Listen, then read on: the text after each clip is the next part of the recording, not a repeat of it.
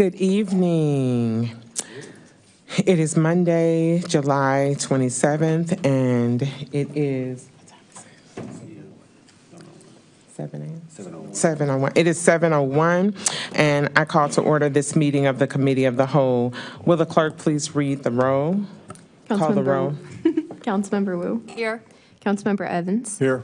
Councilmember Hersey. Here. Councilmember Jones. Here. Councilmember Cockrell. Here. Councilmember Wilkin. Here. Councilmember Quisenberry.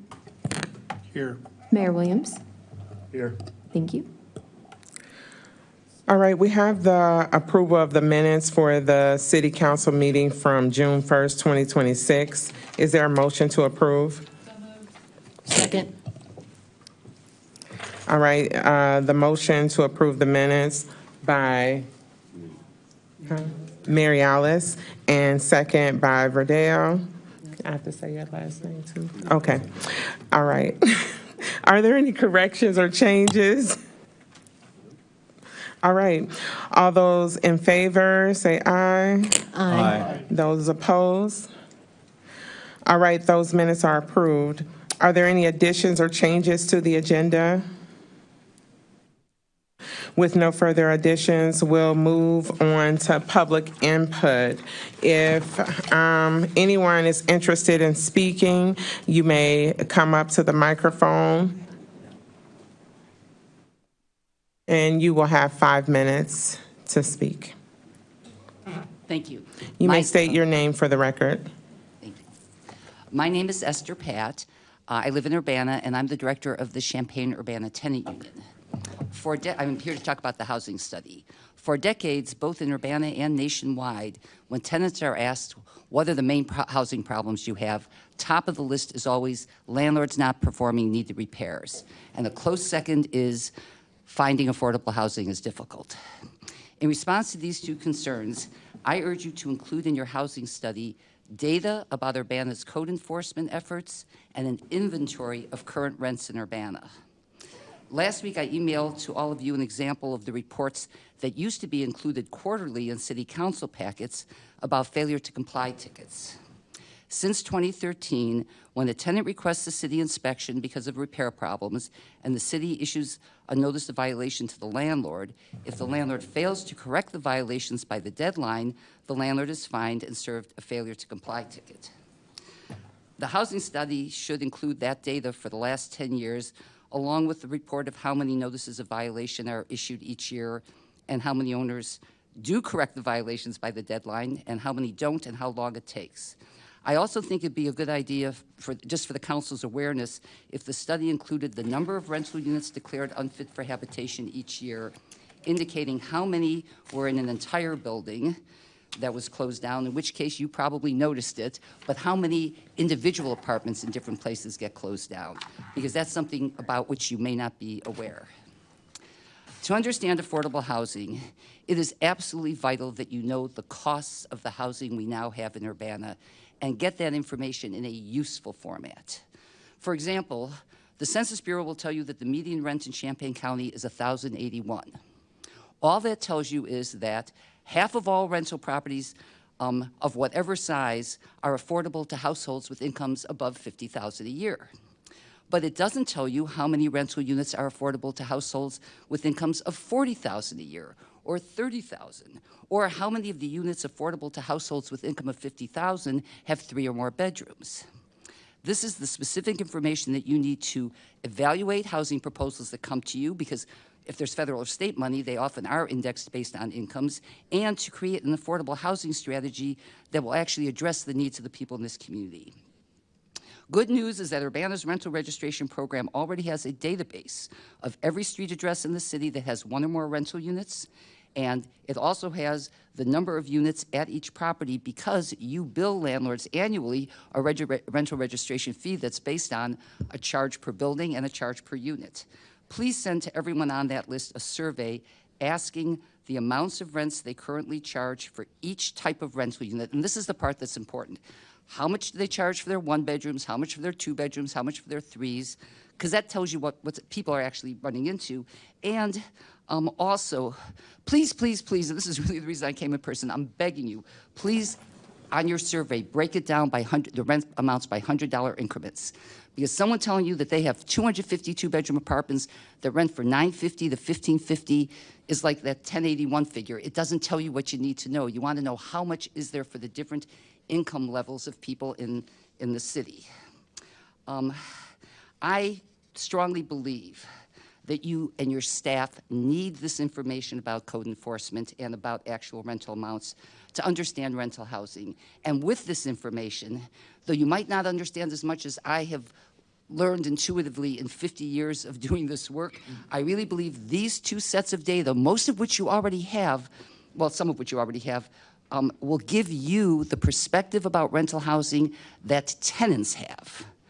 And almost two-thirds of the people in Urbana are tenants, and other than surveying them all directly yourself, which I wish you would do, this is one way to at least find out what they are experiencing and seeing in their lives as tenants. Thank you very much.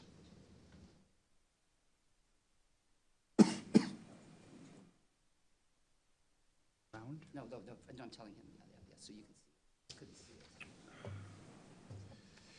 Jim Barrett, 101 West Windsor in Urbana. The statement's from the Champaign branch of the American Civil Liberties Union. A copy has been emailed. Dear Mayor Williams and members of the City Council, we, the American Civil Liberties Union of Champaign County, write to commend the Council for its work on the ordinance requiring City Council approval for police surveillance technology. We strongly support passage of the ordinance. Our ACLU chapter is a community organization representing approximately 1,200 households in Champaign County, a great many of whom live in Urbana. We work with ACLU Illinois to protect civil rights and civil liberties in Champaign County. The ACLU maintains that legally enforceable safeguards, including robust transparency, oversight, and accountability measures must be in place to protect civil rights and civil liberties before any surveillance technology is deployed. The decision regarding if and how police technology should be funded, acquired, or used, and whether data from such technology should be shared. This should not be made until meaningful public input has been solicited and given significant weight. The ordinance under discussion ensures that Urbana residents will have that opportunity. If a police technology is approved, data reporting measures must be adopted that empower the council and public to verify that mandated civil rights and civil liberties safeguards have been strictly adhered to. This is critically important because while police technology may threaten the privacy of all of us, surveillance efforts have been used throughout history to intimidate and oppress certain communities and groups more than others, including those that are defined by a common race, ethnicity, religion, national origin, income level, sexual orientation, or political perspective. Therefore, ACLU Champaign County strongly urges the Urbana City Council to pass this resolution.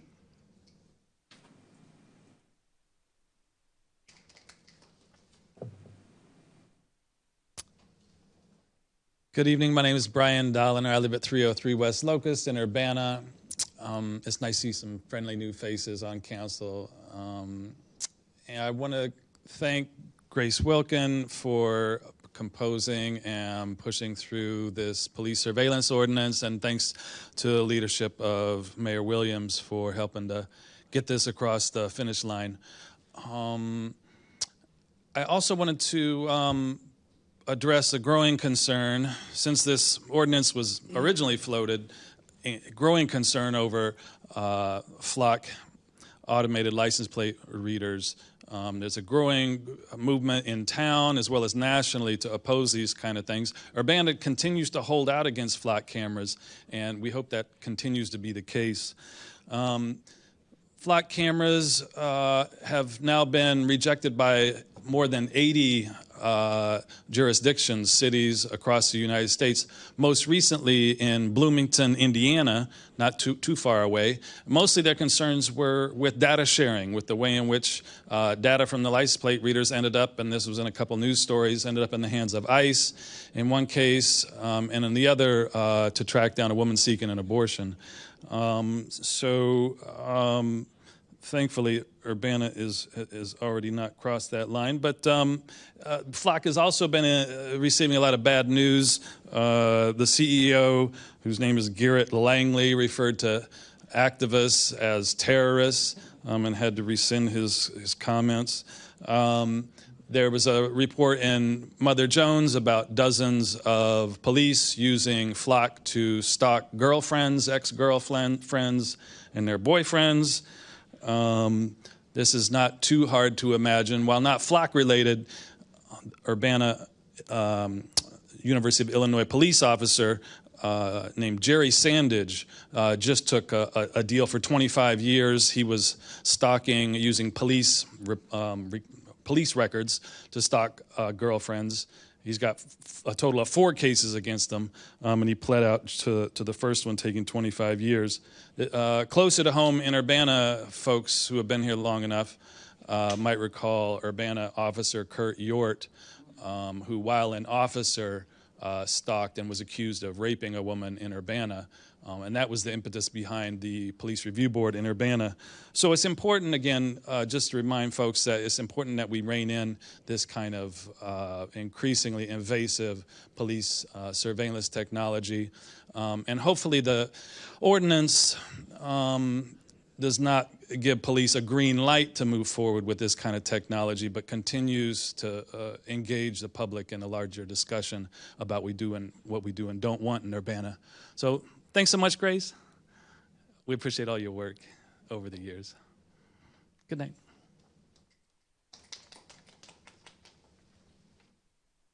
My name is Mitch. I'm a graduate student at University of Illinois. I live in Urbana, and I also run a small business from my house in Urbana.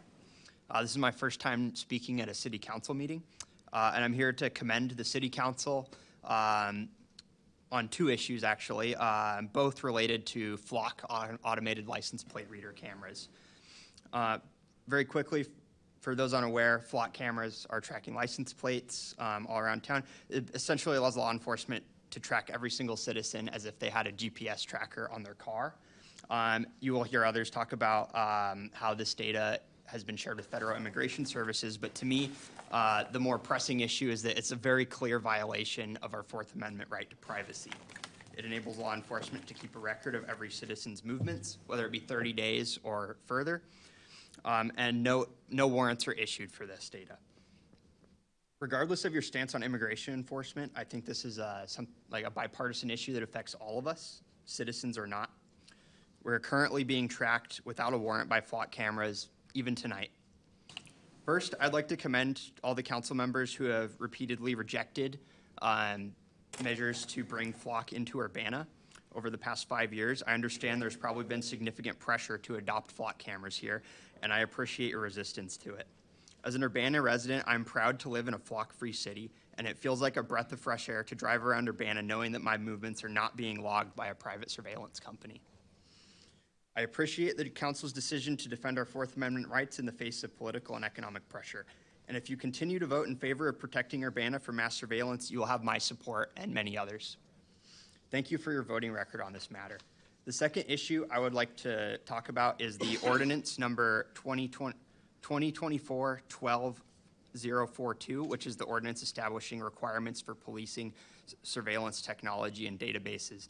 I'm here to voice my strong support for this measure as an Urbana resident. Although Flock cameras are a big problem, they're only the beginning of a much larger movement. Even if Flock safety goes bankrupt and every Flock camera across the country is torn down, Axon, Motorola, and many others will be there to take their place, and they're actively working to develop increasingly discreet and intrusive means of surveilling the American population. These include automated drone surveillance and Wi-Fi and Bluetooth tracking, which are not as obvious as cameras on every corner.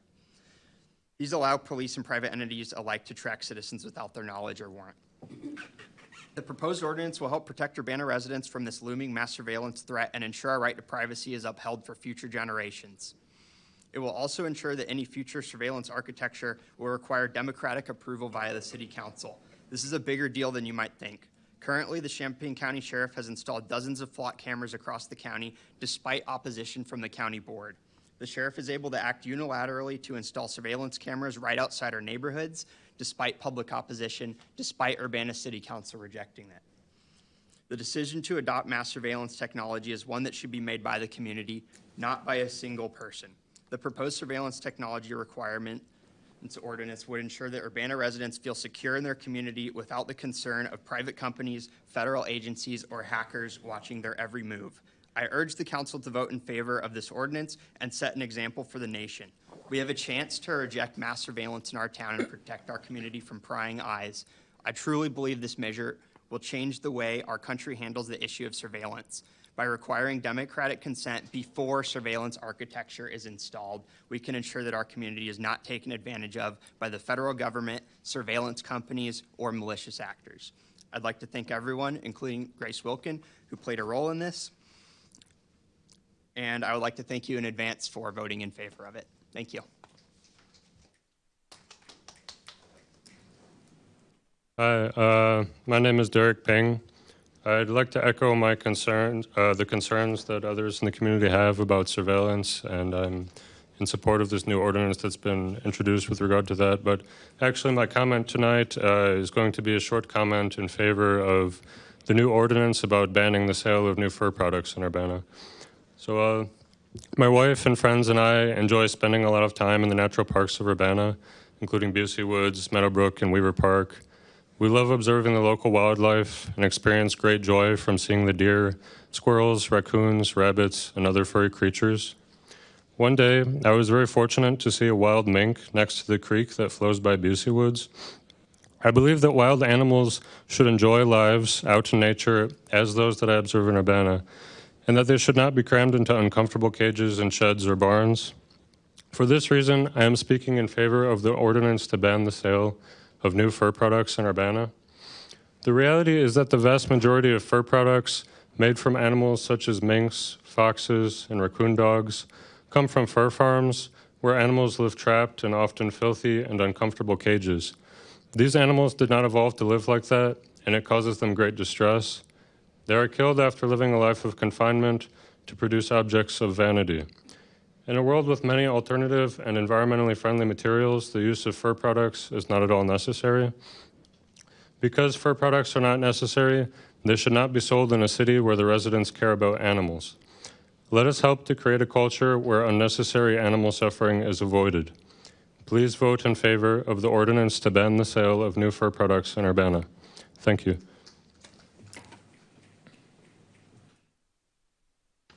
Hi, my name is Gabriel Dunn. I'm a resident of Ward 2. So I'm actually going to be speaking on two items.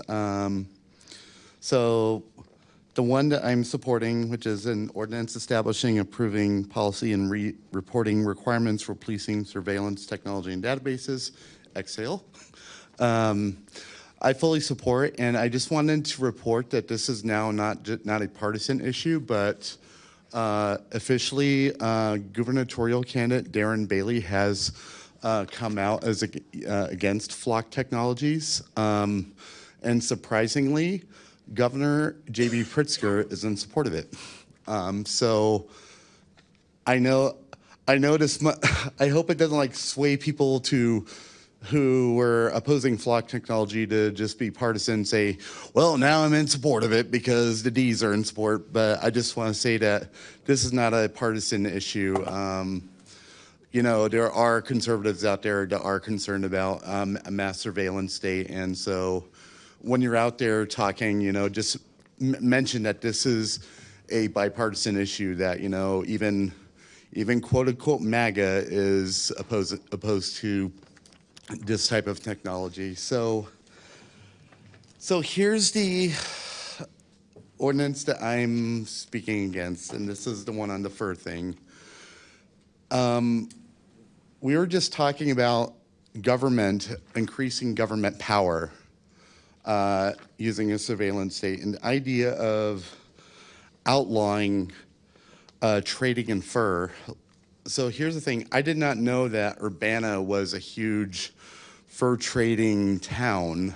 And second of all, like, I understand that there are people that have, deeply held convictions about wearing and eating animal products.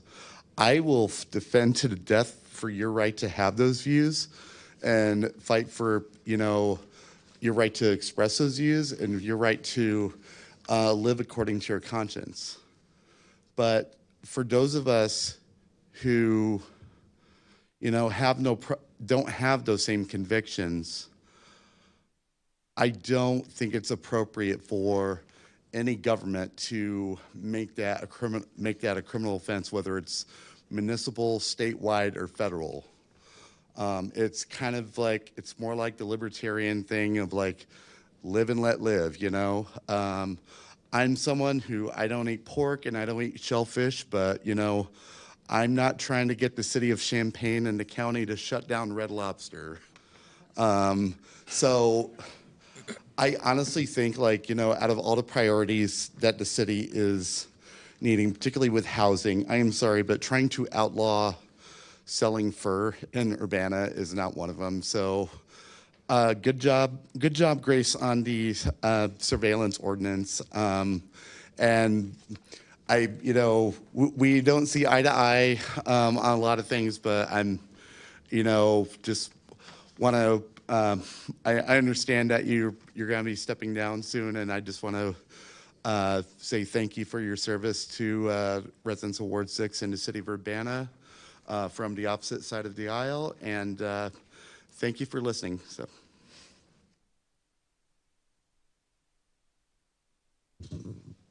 Hello, I'm Anne Marie Shapiro. I live in a house 508 South Cottage Grove, and I own a house 810 Hawthorne Drive that my daughter and my grandson live in. And I also want to echo and kind of build off of a couple recent statements, probably destroying my planned 5 minutes. But I wanted to make a statement about the technology in general and the ordinance, which I fully support, and I also just want to say thank you. I also echo this gratitude for being able to live in this city and drive around and know that I'm not being trailed constantly by technology that's probably going to be shared nationwide. And I'm actually working on kind of stopping shopping in Champaign for that reason, and I'm going to be doing business and staying in Urbana as much as I can because of this. It's that important to me. What I wanted to say, though, is this is a huge big deal. It is so far beyond just police surveillance, and I personally don't even take it as a focus on police versus citizens. There are people seriously at the international and national level talking about this technology becoming so powerful and putting down human beings, like we're so inefficient and we keep making mistakes and police keep killing people and all this stuff about how people are so fallible and we're so stupid and AI is so much smarter than us. There are people seriously hoping that with enough time and maybe another generation of new people raised up in this, that stuff is going to replace government. It's going to replace human policing. I mean, we're talking about a dystopian future that people are seriously discussing. And so I come to this from a perspective not just at a local immediate level where there are very legitimate concerns, but that this is important and this is where it happens at the local level, where we take control and we say, we validate governmental processes, we validate human judgment, we validate the systems that have served humanity for so long, and we push back on technocratic oversight of humanity by technology. Maybe not next year, but there are people seriously discussing this by 2030, 2050, and beyond. So I wanted to share, I don't know how much time I have left, that on June 29th, 2026, the Supreme Court actually made a ruling that is very, very germane to all of surveillance. And it had to do with the two factors are, it is technologically collected data, it's mass collected location data, and then it was accessed through a warrant retroactively. So the data is stored, it was gathered passively on everybody, it's location data. This happened to come from cell phone location data to solve a crime. And so the Supreme Court has come down with rulings that are germane for all sorts, flock cameras, any kind of passive surveillance. So they have reiterated that those searches, those uses of that data fall under the Fourth Amendment, and they are Fourth Amendment searches, so they are protected by the Constitution. That the Fourth Amendment's basic purpose is to safeguard the privacy and security of individuals against arbitrary invasions by government officials, and to place obstacles in the way of a too permeating police surveillance. And they have said that individuals have a reasonable expectation of privacy in the whole of their physical movements. So one of the things that happened on June 29th is, well, the police only wanted an hour of data out of, limitless data about phone location. And they said even short-term monitoring can produce a wealth of detail about a person's familial, political, professional, religious, and sexual associations. And where the Fourth Amendment applies, it applies regardless of the quantity or quality of information obtained. They also rejected the government's argument that it's a third-party doctrine. If you allow your cell phone to collect your location data, then that is outside of the Fourth Amendment of the Constitution, and they rejected that not once but twice. And they said a third-party data source is a government search that falls under the Constitution as soon as government accesses it. So the Institute of Justice, there are some key parts here. One is that it's just passively collecting data on everybody without any suspicion of any of those people, and then it's stored so then it can retroactively be searched for when suspicion happens. Okay, thank you.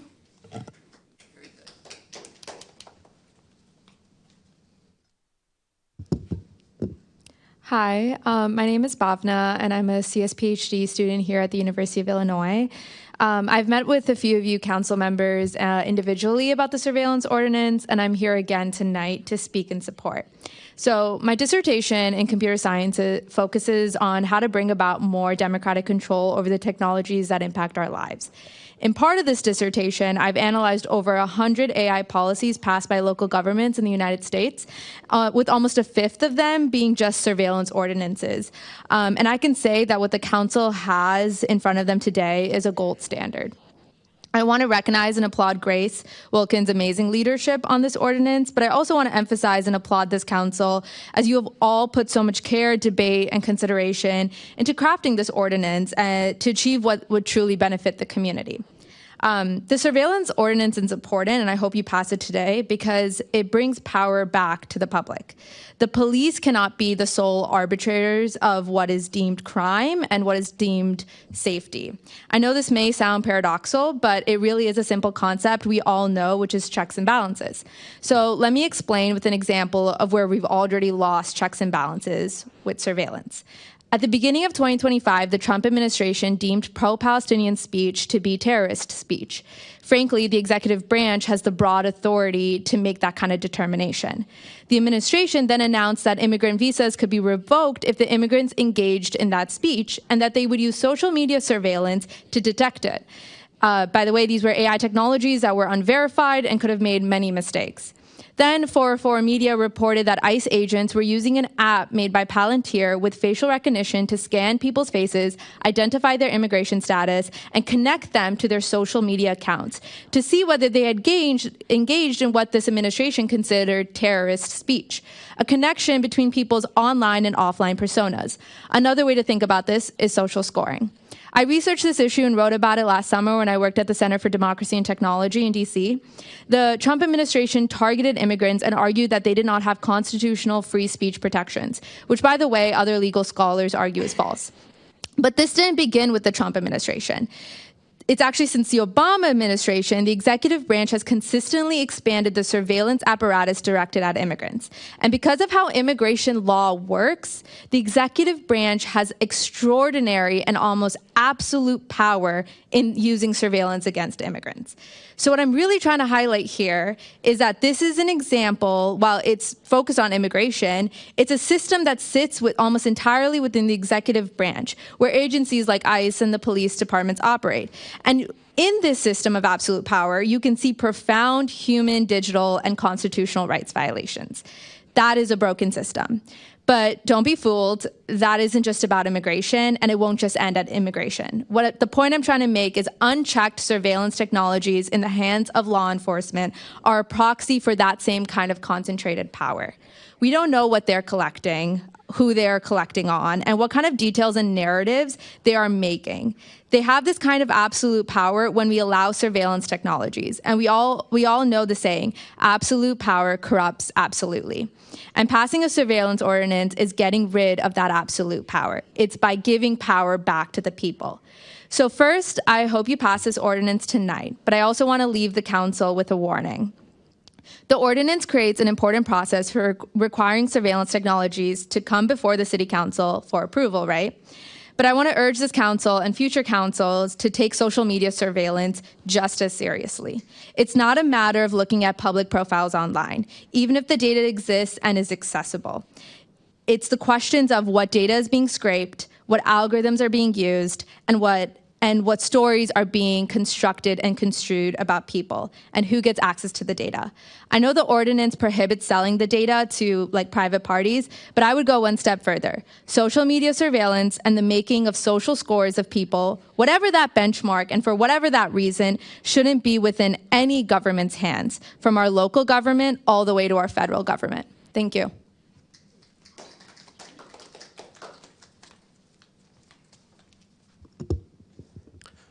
Hello, I'm Stuart Levy. I live in Champaign, but I work and spend a fair bit of my time in Urbana.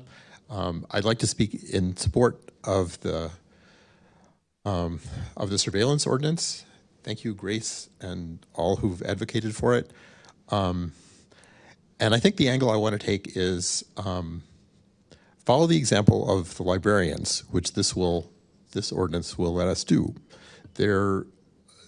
Librarians have a tradition of protecting the privacy of their patrons, to the point that the woman who became for a while the head librarian at the University of Illinois in a previous job had been leading, I think, the Columbia Library, and the police came and wanted to find out what such and such particular people had been reading, and she was able to say, I have no idea. We do not keep those records.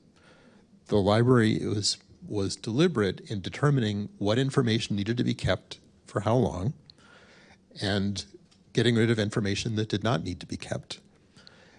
That's a really important principle. And the connection with this, of course, is that with the surveillance ordinance in place, in principle, the city and its population can know what technologies are being brought in, which ones are being applied, and there's space to criticize them. If surveillance technologies are brought in without review except by the people who want to use them, that is opening the way for people coming in and finding out, where have you been, where are you going, what do you think? We don't need that. Bhavna said it, power corrupts. Thank you.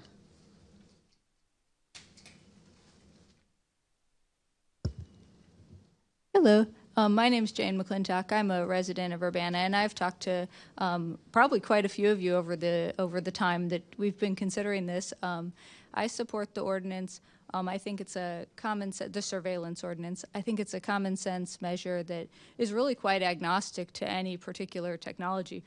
Personally, I have some concerns about license plate readers, whether they're effective, whether they're safe, but this technology really is not for or against any particular technology. I think it's a common sense measure that's going to help us make informed decisions as a community. And I think from the whole history of Urbana, discussing license plate readers, there's definitely a lot of community interest in participating in that debate, and I think this gives an avenue for people to be informed and have their voices heard. So appreciate all the work on it, Grace, for sure, on the leadership, and everybody on tagging along with it for this whole process. Hope we can get it across the finish line today. So thanks for your service.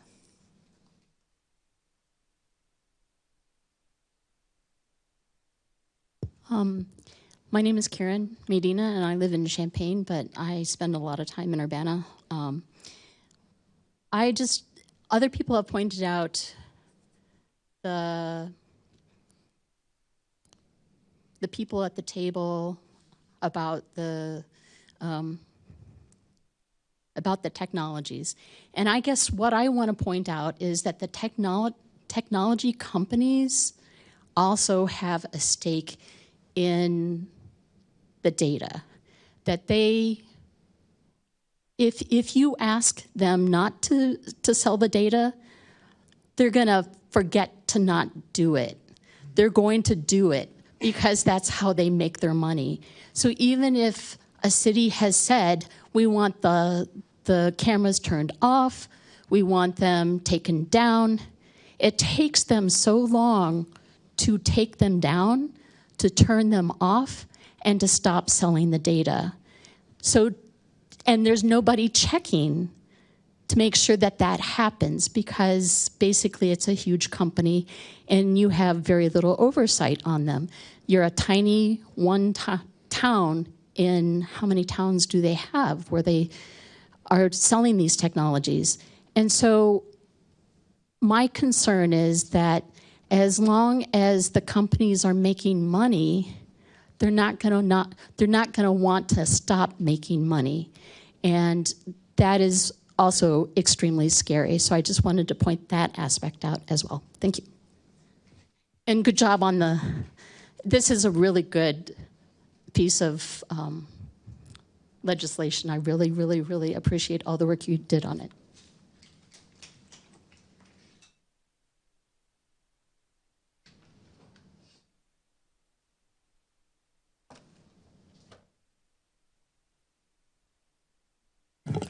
Okay, we are going to read the public comments that came in to email now.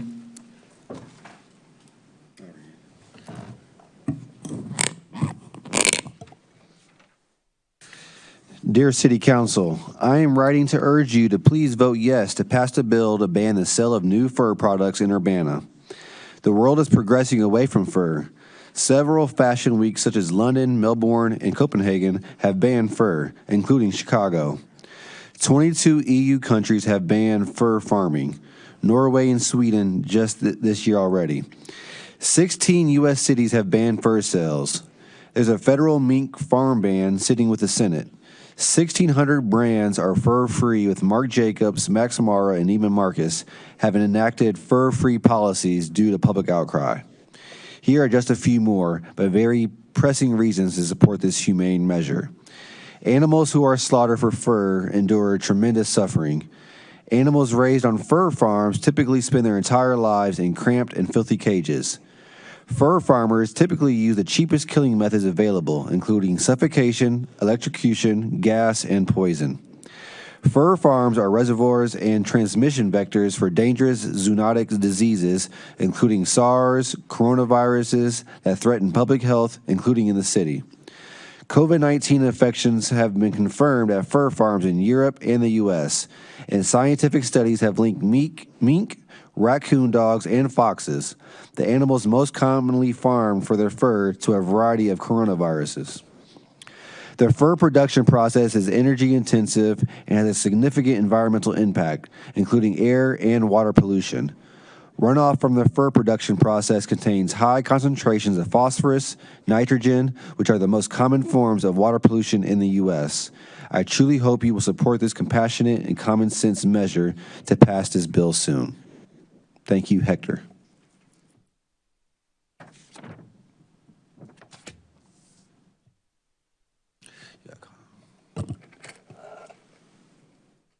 Oh, Ms. Hersey, go ahead.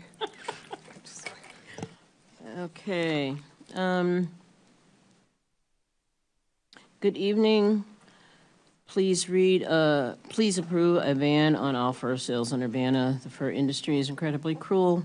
It is barbaric and outdated. No one needs to wear an animal's fur to be warm. It is extreme violence inflicted on other living beings. It's just wrong, and Urbana is better than this. Thank you for your compassion, Irene Sewell. Chris. To the Urbana City Council. My name is Ilir Sulejmani. I have been a part of the Urbana community for over 18 years. I am speaking today in support of the ordinance to ban fur in Urbana. Fur can only be obtained from slaughtering animals.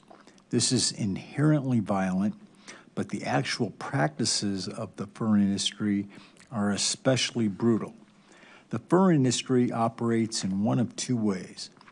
Most of the time, animals are bred on farms and confined to small, filthy cages where they stir in distress and panic until they are electrocuted and skinned, sometimes while they are still alive.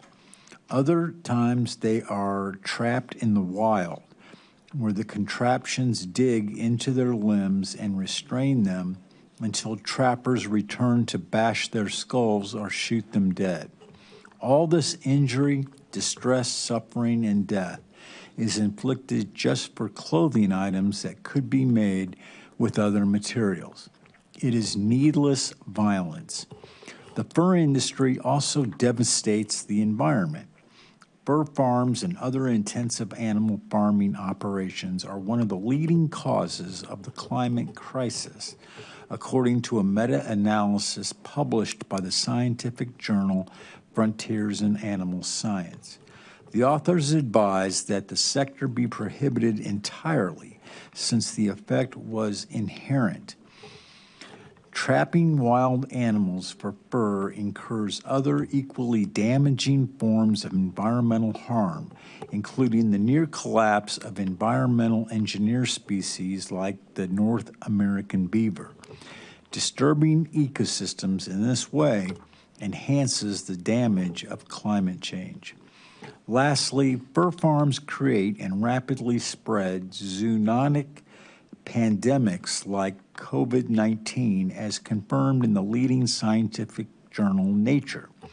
COVID brought suffering and death to our community.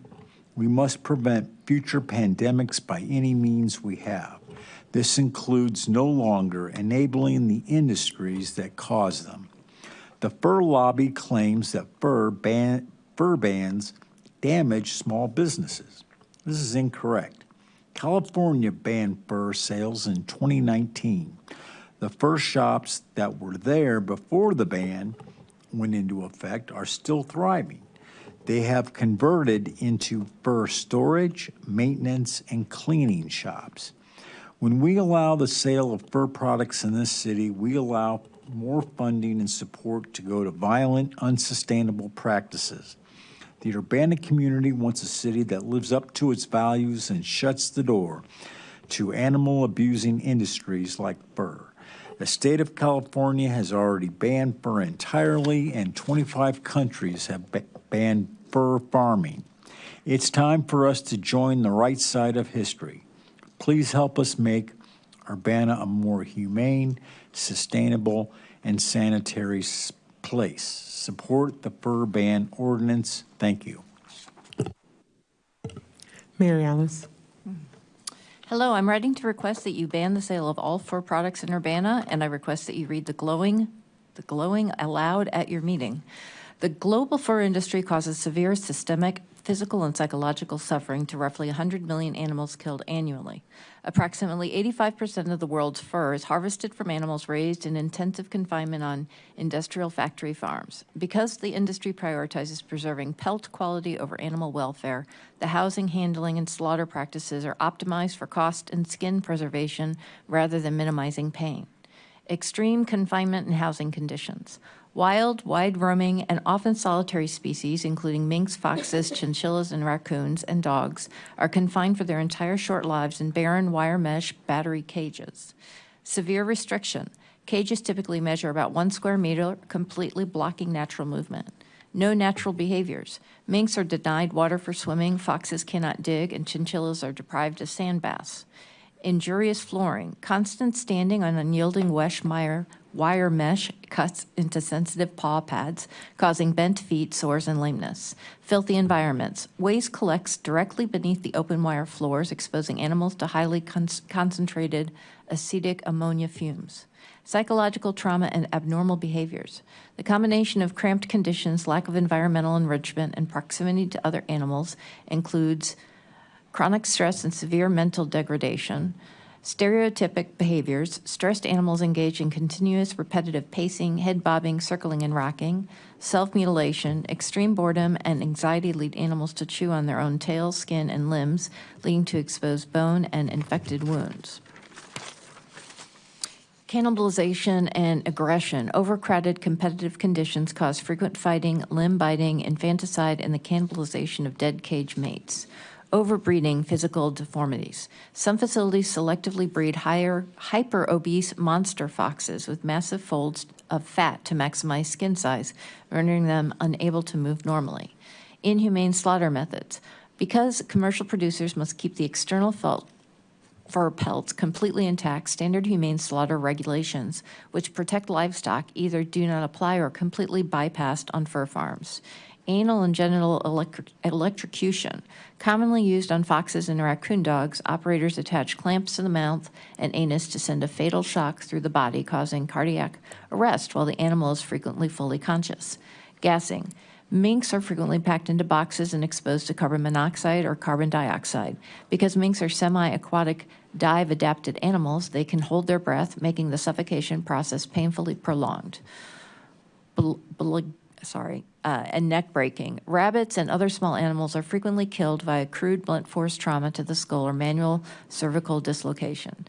Skinning alive. Investigators by groups like Humane World for Animals have documented instances where poorly executed stunning or cheap slaughter methods result in animals waking up or being skinned while still fully conscious.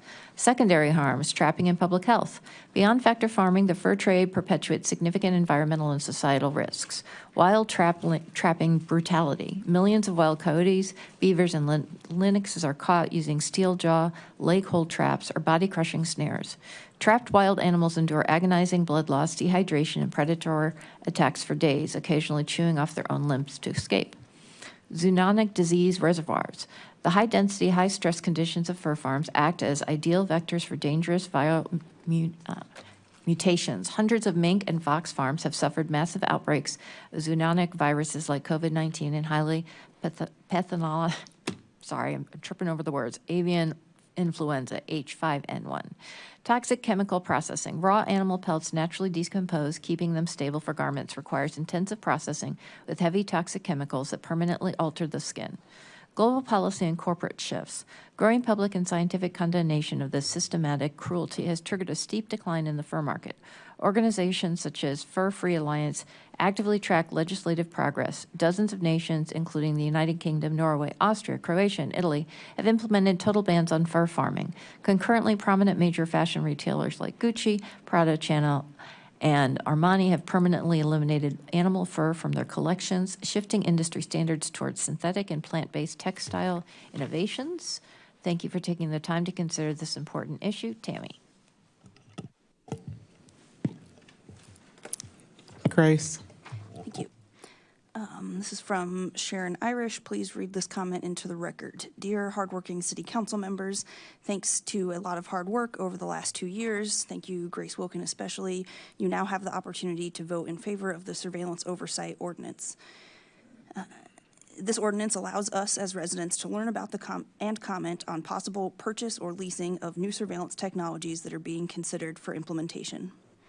I continue to be concerned about the use and storage of data collected with these technologies, given the rapid shifts in information technology in the use of third-party vendors. We need to move deliberately to monitor, approve, and/or pause the adoption of surveillance technology because of crucial trust issues. How and for how long is the data stored securely? With whom is it shared? We, the residents, need the 30-day window to evaluate and weigh in on these steps. Third-party technology companies do not necessarily have our best interests in mind, and we need to ensure their recognition of and compliance with our privacy and safety concerns. We need to ensure common sense deployment of new technologies, which could also serve as a model for other communities. Thank you, Sharon Irish, Urbana, Illinois.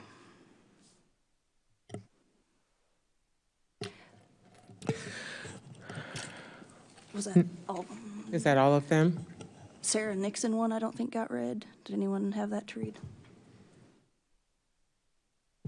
It's in the subject line to read. I can do it, just checking if anyone planned to. Sorry. Sorry. Dear Mayor Williams and members of the Urbana City Council, my name is Sarah Nixon, and I'm a worker and taxpayer in Urbana. I'm writing to urge the City Council to vote in favor of ordinance number 2026-07-021 to ban the commercial retail sale of new fur products in our city. While Urbana may not have a dedicated luxury fur, passing this ordinance is a vital step in aligning our local laws with our community's exemplary ethical values.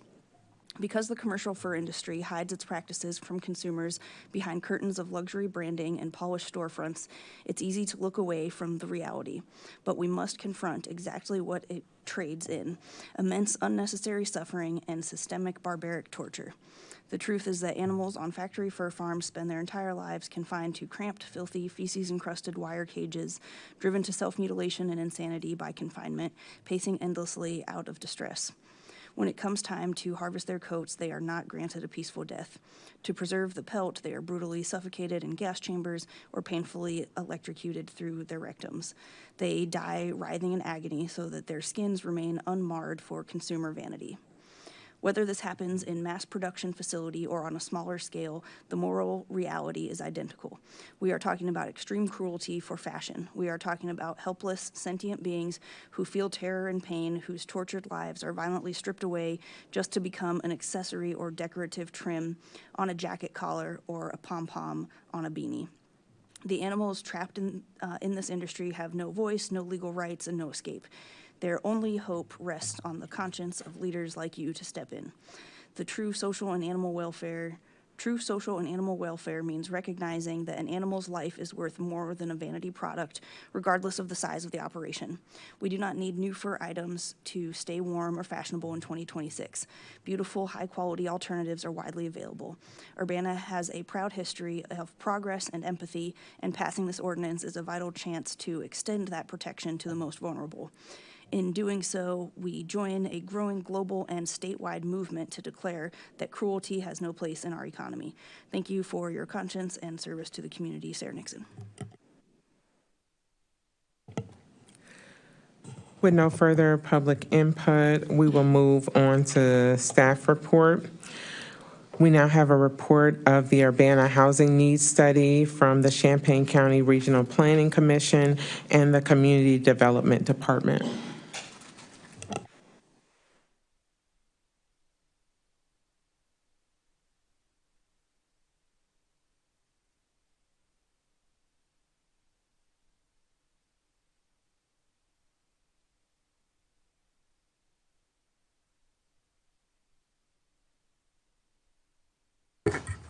Hello, good evening, everybody.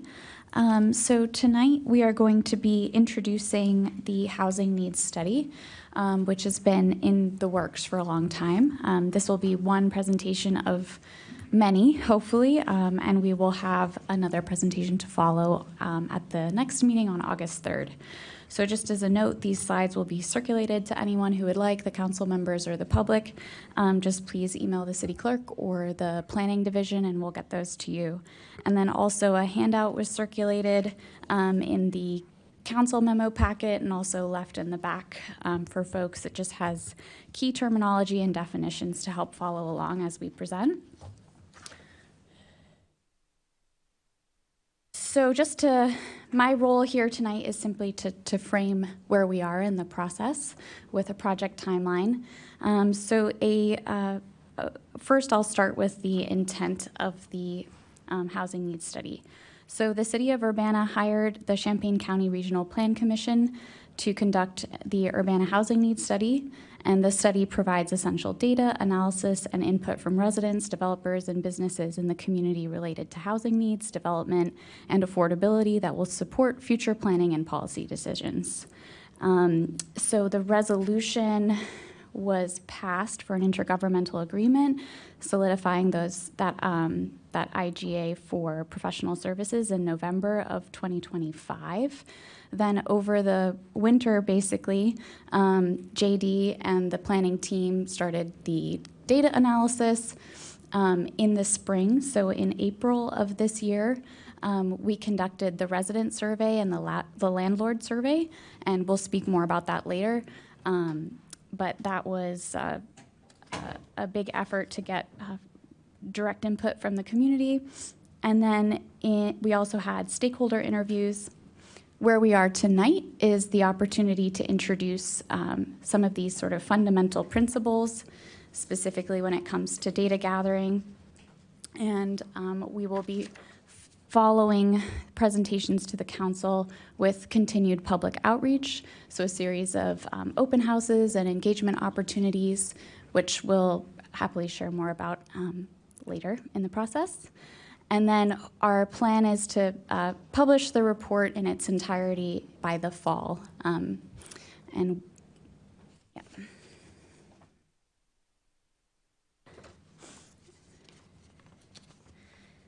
And again, just a quick summary of the presentation. So tonight we're going to be talking about data gathering, and then on August 3rd, we're going to be introducing some of the existing conditions findings, which will include data from our resident survey and landlord survey. And we felt it was helpful to sort of set the foundation for this analysis and introduce the topics covered in the housing needs study, starting with the data, kind of walking through that methodology so that we all have the same foundation for discussion. And I think that will help inform our conversation around the existing conditions as well. Tonight, we'll touch on topics such as the special census, and obviously next week's presentation, we'll share information about that soon. So we have got about 10 minutes on the docket. I know it's a busy night, so we'll definitely have an opportunity for questions tonight, or feel free to reach out to us by email and we can circulate those or continue to answer questions next week as well. This is just the beginning of the conversation. And so without further ado, I'm going to turn it over to JD. You might want to introduce yourself. Yes. Thank you, Olivia.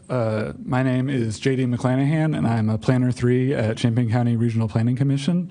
Like Olivia mentioned, we contracted with the city to conduct this Urbana Housing Needs Study in winter of last year and have been working on it since then. Also, like she mentioned, today the focus is going to be on kind of the data gathering, the background of the data that we use, some issues we ran into, and how we tried to approach those. The contents of this presentation are going to be dense, but I'm going to try to get through it as fast as possible, just in the interest of your time. But like Olivia said, we'll be providing the slides and happy to take questions after the fact. So tonight, like she mentioned, next week we're going to be talking more about existing conditions, but tonight the focus is on understanding the special census, looking at 2020 census, issues that came up from that, what Urbana has done since then, and kind of what the identified problems that have come up with Census Bureau data have been over the last 6 years, and then focusing on, in the Urbana Housing Needs Study, how we approached some of those issues through existing conditions, public outreach, and then future modeling sections of the plan. So first, we're going to focus on the special census and how it applies to Urbana. So this is probably not news to anyone, but the COVID-19 pandemic threw a wrench in a lot of things, including the April 2020 gathering of the decennial census, particularly in Urbana's college town context. The fact that a lot of students went home for spring break and didn't come back affected how that count happened later in the spring. And these issues did not just affect the every 10-year census data, but also other data products from the Census Bureau, like the American Community Survey that build off of the decennial census in order to develop their data. And just kind of one example of some of the discrepancies that came up from this data. So up top there, you see University of Illinois non-online enrollment data. So from 2014 to 2024, the university indicated more than 4,400 growth in undergraduate enrollment and more than 6,600 growth in overall enrollment at the Urbana-Champaign campus. Over that same time, American Community Survey data for Champaign County has shown about a 4,500 person population growth, which makes sense with those trends. However, looking at kind of college cohort, the college-age population, the ACS says that there's been a nearly 600 person decrease over that same time period. And then looking at people enrolled in undergraduate institutions has said that there was more than a 4,800 person decrease. So those trends between university and ACS are divergent and unusual to see. So that's talking about the county at large. Some of these data questions were particularly acute in Urbana because the 2020 census stated that Urbana had lost population over the last 10 years.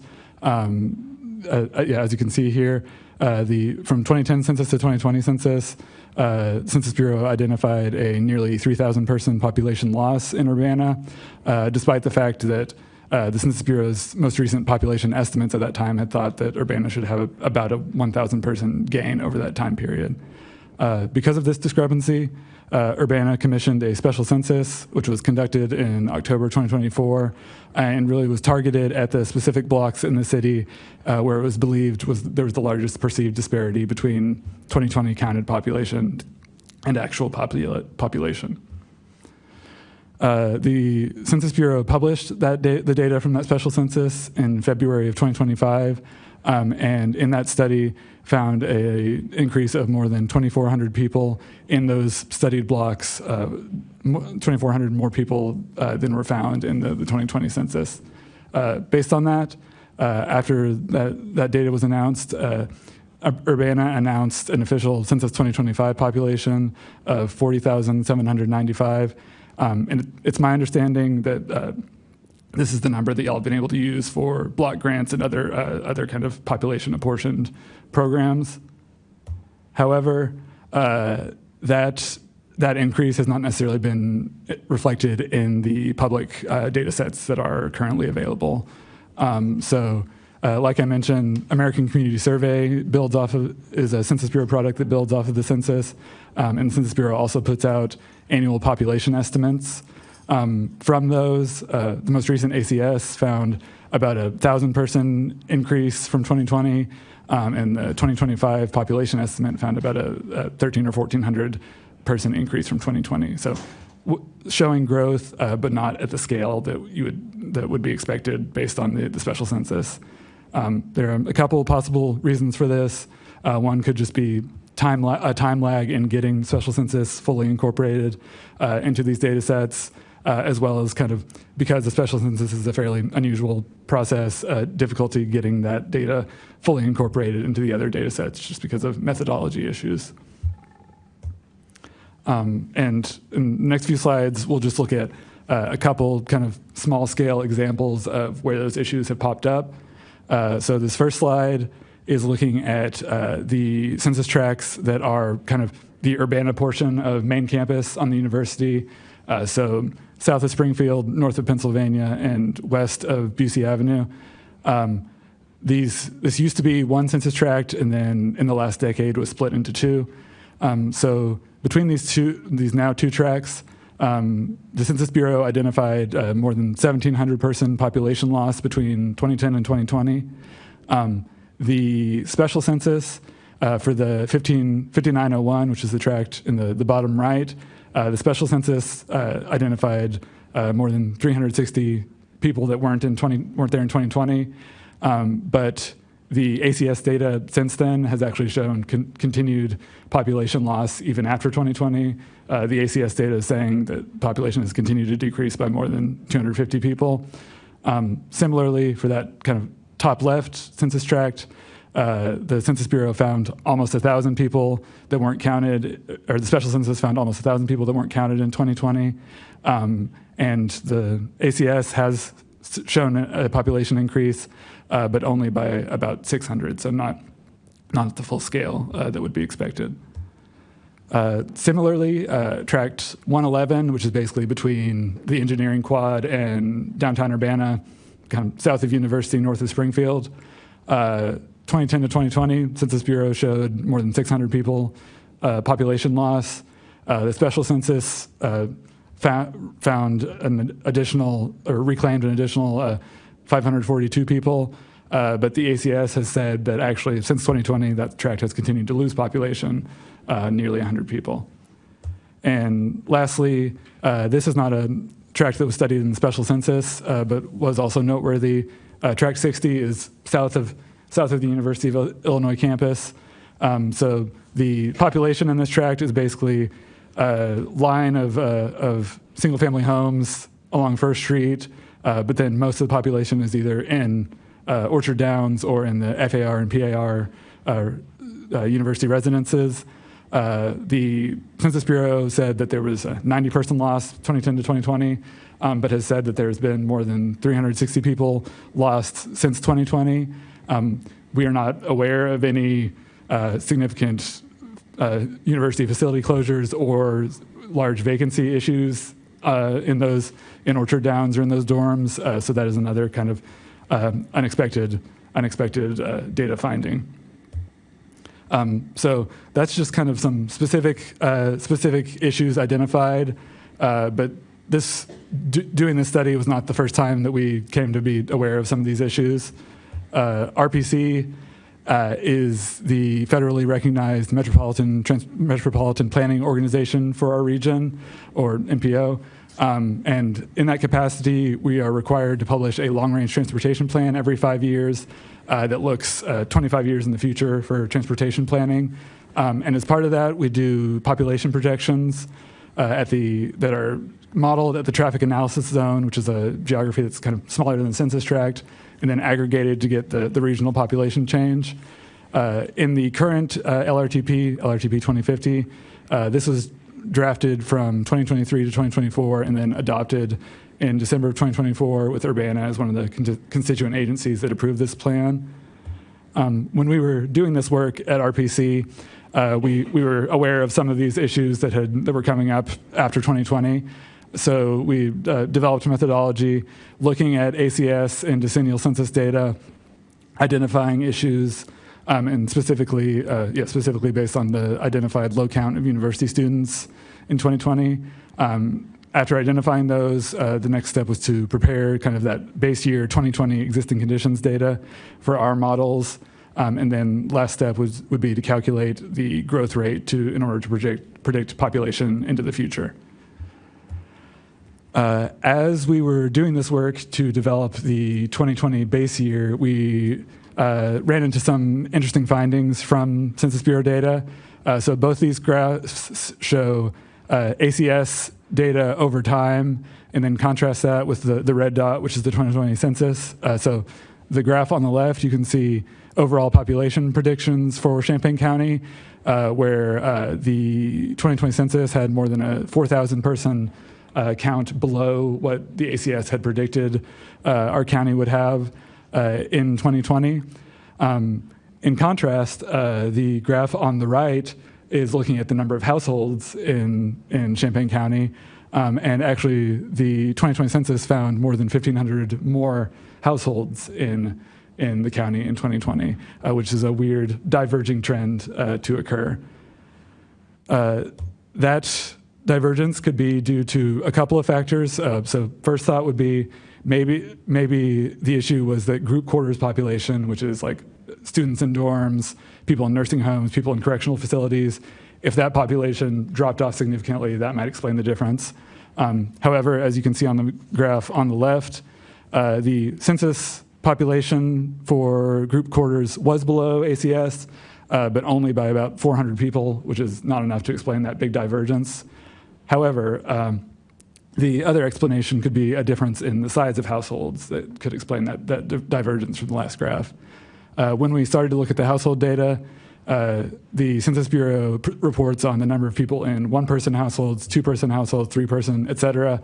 And then once you get to 7-person, it just says 7+ person for anything above that. Looking at the ACS data for 7+ person households, the ACS was indicating that the average size of 7+ person households in the years leading up was more than 40 people in a household, which is an unusually large household. However, in the 2020 census, it identified 7+ person households, the average size being about 7.7 people, which is more kind of what you would expect from that cohort. So all that to say, we knew that there were issues in 2020 census, but also our analysis came up with some issues in the ACS data leading up to that as well. So what to do about that? As RPC was working on preparing that kind of base year data, the methodology that was developed was identifying those traffic analysis zones with high student populations, comparing the census data with other available data sources, and doing manual quality assurance and review by local agencies, looking at, okay, how does the Census Bureau data compare with other data sources that we know of, other local knowledge, how do these compare? And then similarly, the future projections model was tested against a variety of ACS 5-year and 1-year estimates to try to normalize across some of the discrepancies seen. And again, with manual quality assurance and comparison with local agency knowledge to ensure that trends aligned with on-the-ground observations. And this will be the last graph before we move on to kind of urban housing needs stuff. So based on all of that work, you can see in this graph how RPC's work compared to another agency that does county-level population modeling, which is the Illinois Department of Public Health. So you can see that top gray line is Illinois Department of Public Health's 2015 models for Champaign County populations. You can see that that's kind of the most optimistic or ambitious population growth projection. In contrast, the yellow line at the bottom is the Illinois Public Health new estimates as of 2021, incorporating the 2020 census data, where they kind of adjusted their estimates pretty significantly down in response to the 2020 data. In contrast, the blue line was the old long-range transportation plan that RPC put together that was in line with, but a little less ambitious than the older public health model. And then in contrast, the most recent RPC plan, LRTP 2050, we also adjusted down, but based on that kind of local knowledge, local data processing, did not believe that the adjustment down that IDPH did was fully warranted. So it adjusted it down by what we believed was a more defensible amount. So all that to say, there's been a lot of work done for the study and also in the past few years on kind of looking at local population estimate issues in Urbana and in Champaign County generally. So how did we approach this for the Urbana Housing Needs Study specifically? First, looking at existing conditions data, we had to acknowledge the fact that ACS is kind of the most widely available and detailed source on a variety of national and local housing and demographic data.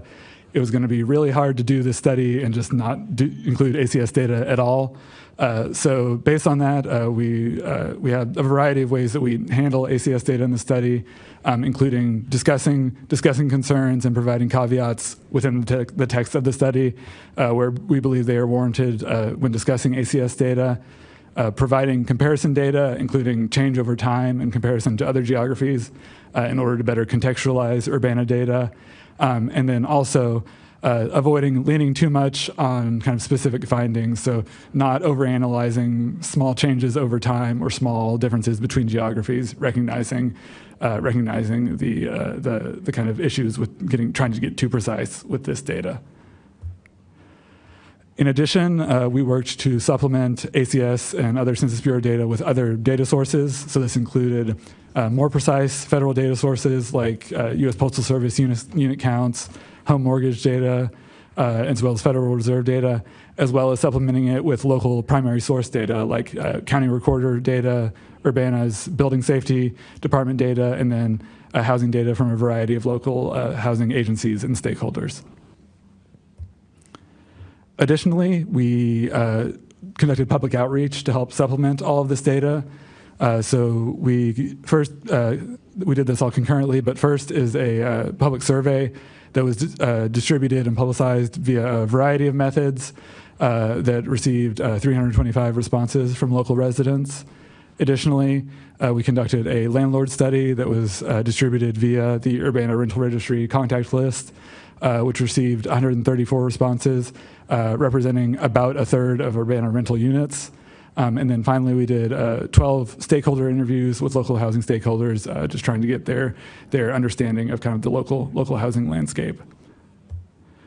With this outreach information, we weren't seeking to kind of definitively disprove or replace Census Bureau data, but to provide additional context and nuance on where we needed to dive deeper or kind of compare between these data sets. So a couple examples of instances where differences were found would be the ACS identifies Urbana's rental vacancy rate as nearly 10% in their most recent data.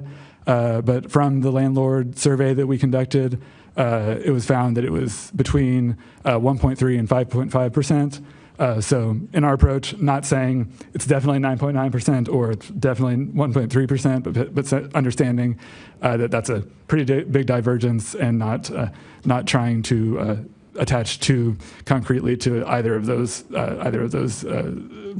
points of the range.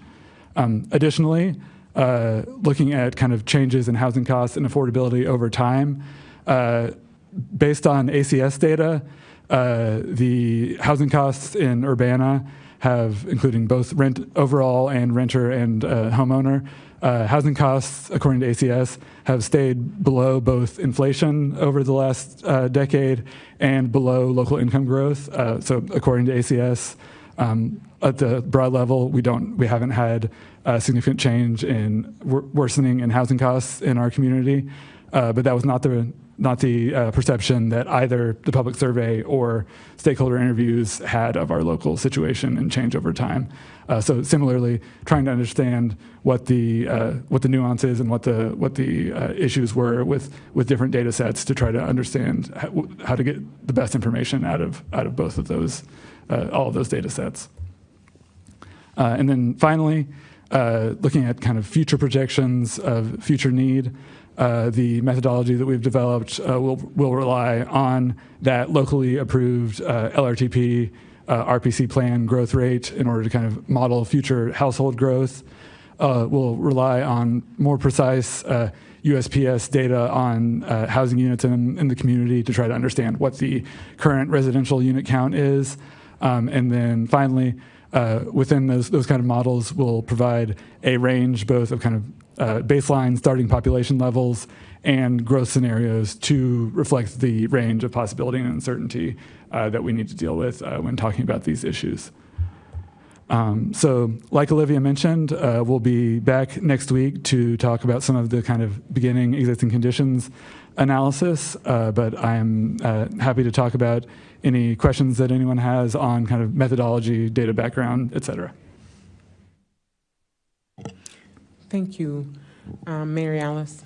Hi, thank you. I had a question. I think I know the answer, but I just want to be sure. When you were comparing the amounts for ACS and the special census that we conducted, were those comparing what was measured at 2020 and the increase, or was that a change between a different time zone? Like the like tract level analysis.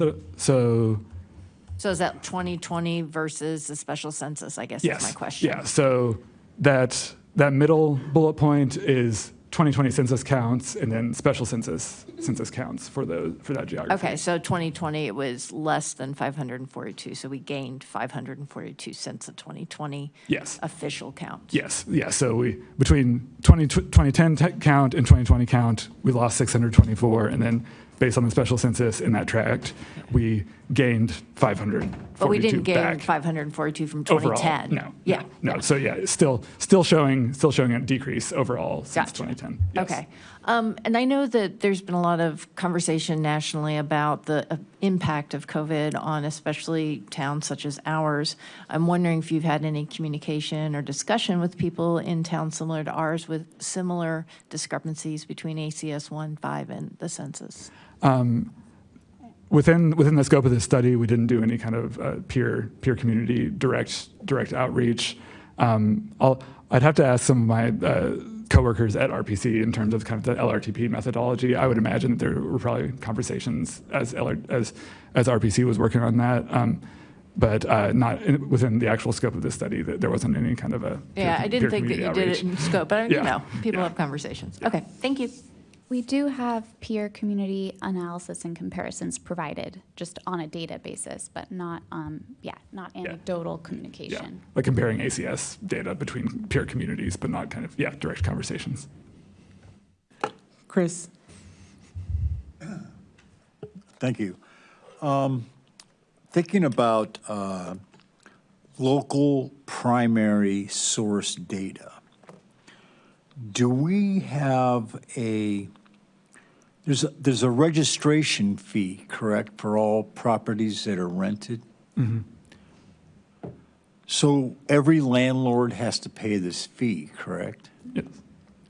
So we have every address that rents. Yes, everyone that's So we could get you only have 36% of the landlords surveyed, but we could get a list. We have a list of every rental property in Urbana, correct? Yes, and that's the list that was used for outreach for that landlord survey. For them to take the survey. Yes. Well, I'm trying to piggyback some of Esther's thoughts here. That do we know how many rental units there are in Urbana, roughly? We do. I don't have it off the top of my head at the moment. That's okay. It's around 18 to 19,000, but it's I don't have it memorized either. Is it possible to get a better handle on what the vacancy rate is? But it can't be just 1.3 to 9.9. I mean, what can we somehow get a better number on that? I can speak. When we were doing the landlord survey, that is what the kind of 1.3 to 5.5% number that is based on that survey, with the range being in order to make it feasible for landlords to take it. There were some kind of multiple choice questions with ranges of I manage between this many and this many units versus having them type in the exact number. So that range of percentages was based kind of on the range of what the top and bottom range of what the answers that they provided were. But we did ask for that vacancy data and got that 1.3 to 5.5% range from the survey. Yeah, but it's only 36% of the landlords. Can we? I mean, I don't know. I just wish we could get a better number. Also, about affordability. What I did, and it took me 8 hours to do it, an 8-hour day. I went 5 blocks, just 5-block radius, counted 72 apartment buildings in my little area, and then found out what the cost of the rent was on every one, or tried to, because those that were vacant didn't give me a price. But I would say about good 75 to 80% of the apartments gave me a price. So I'm wondering, is it possible for you to figure out what apartments cost in Urbana? For one bedroom, what Esther asked for was 1 bedroom, 2 bedroom, 3 bedroom. We do. based on a previous project that RPC conducted, we do have some like from rental listing data that we purchased that we used for some of the analysis in this study. And then for the landlord survey, I believe we'll talk about the findings of that more in detail next week. I think the question formatting might not have been exactly as Esther requested, but we did ask how many units do you have of this size, and then of your units of this size, what's your kind of average rent that you charge for a unit of this size? So we have very similar data to what Esther requested earlier, if not the exact formatting that she was asking for. Okay, thanks for your work, and I'll let other. I think I didn't want to just overstep. Mayor Williams. I feel like I know this because I asked this question, I think, when we talked about it last week. But to what Esther was asking, specifically the $100 increments and whatnot, is that information doable? When we asked about it, like I mentioned earlier, it was kind of multiple choice kind of range. Gotcha. So I don't believe our increments were that small. But I think it was about like 250 or so. All right, perfect. Thank you. Grace. Thank you. Thanks for this presentation, and I have two-ish questions. I'm sorry if this was addressed earlier, but will that be a later presentation to give us the results of the housing needs survey? Yes. Okay. And what about the idea of kind of housing conditions and city code enforcement and how that comes to play in this context in this report? Yeah, I think we have already done some analysis based on kind of rental, based on the Urbana Building Safety Division, some of their like unit grades as part of kind of the standard inspection. So that data has been analyzed and is part of the report that we're working on. I do not believe that the specific data set that was referred to earlier about kind of reported issues and then whether those were remediated, that has not been analyzed at this point. But I would think just kind of depending on capacity and staff levels, that's data that the city has, so there should be an opportunity for some kind of analysis on that. Thank you. James. Thank you. There's been a number thrown around recently about Champaign's housing deficit or unit needs, or more specifically, their vacancy rate.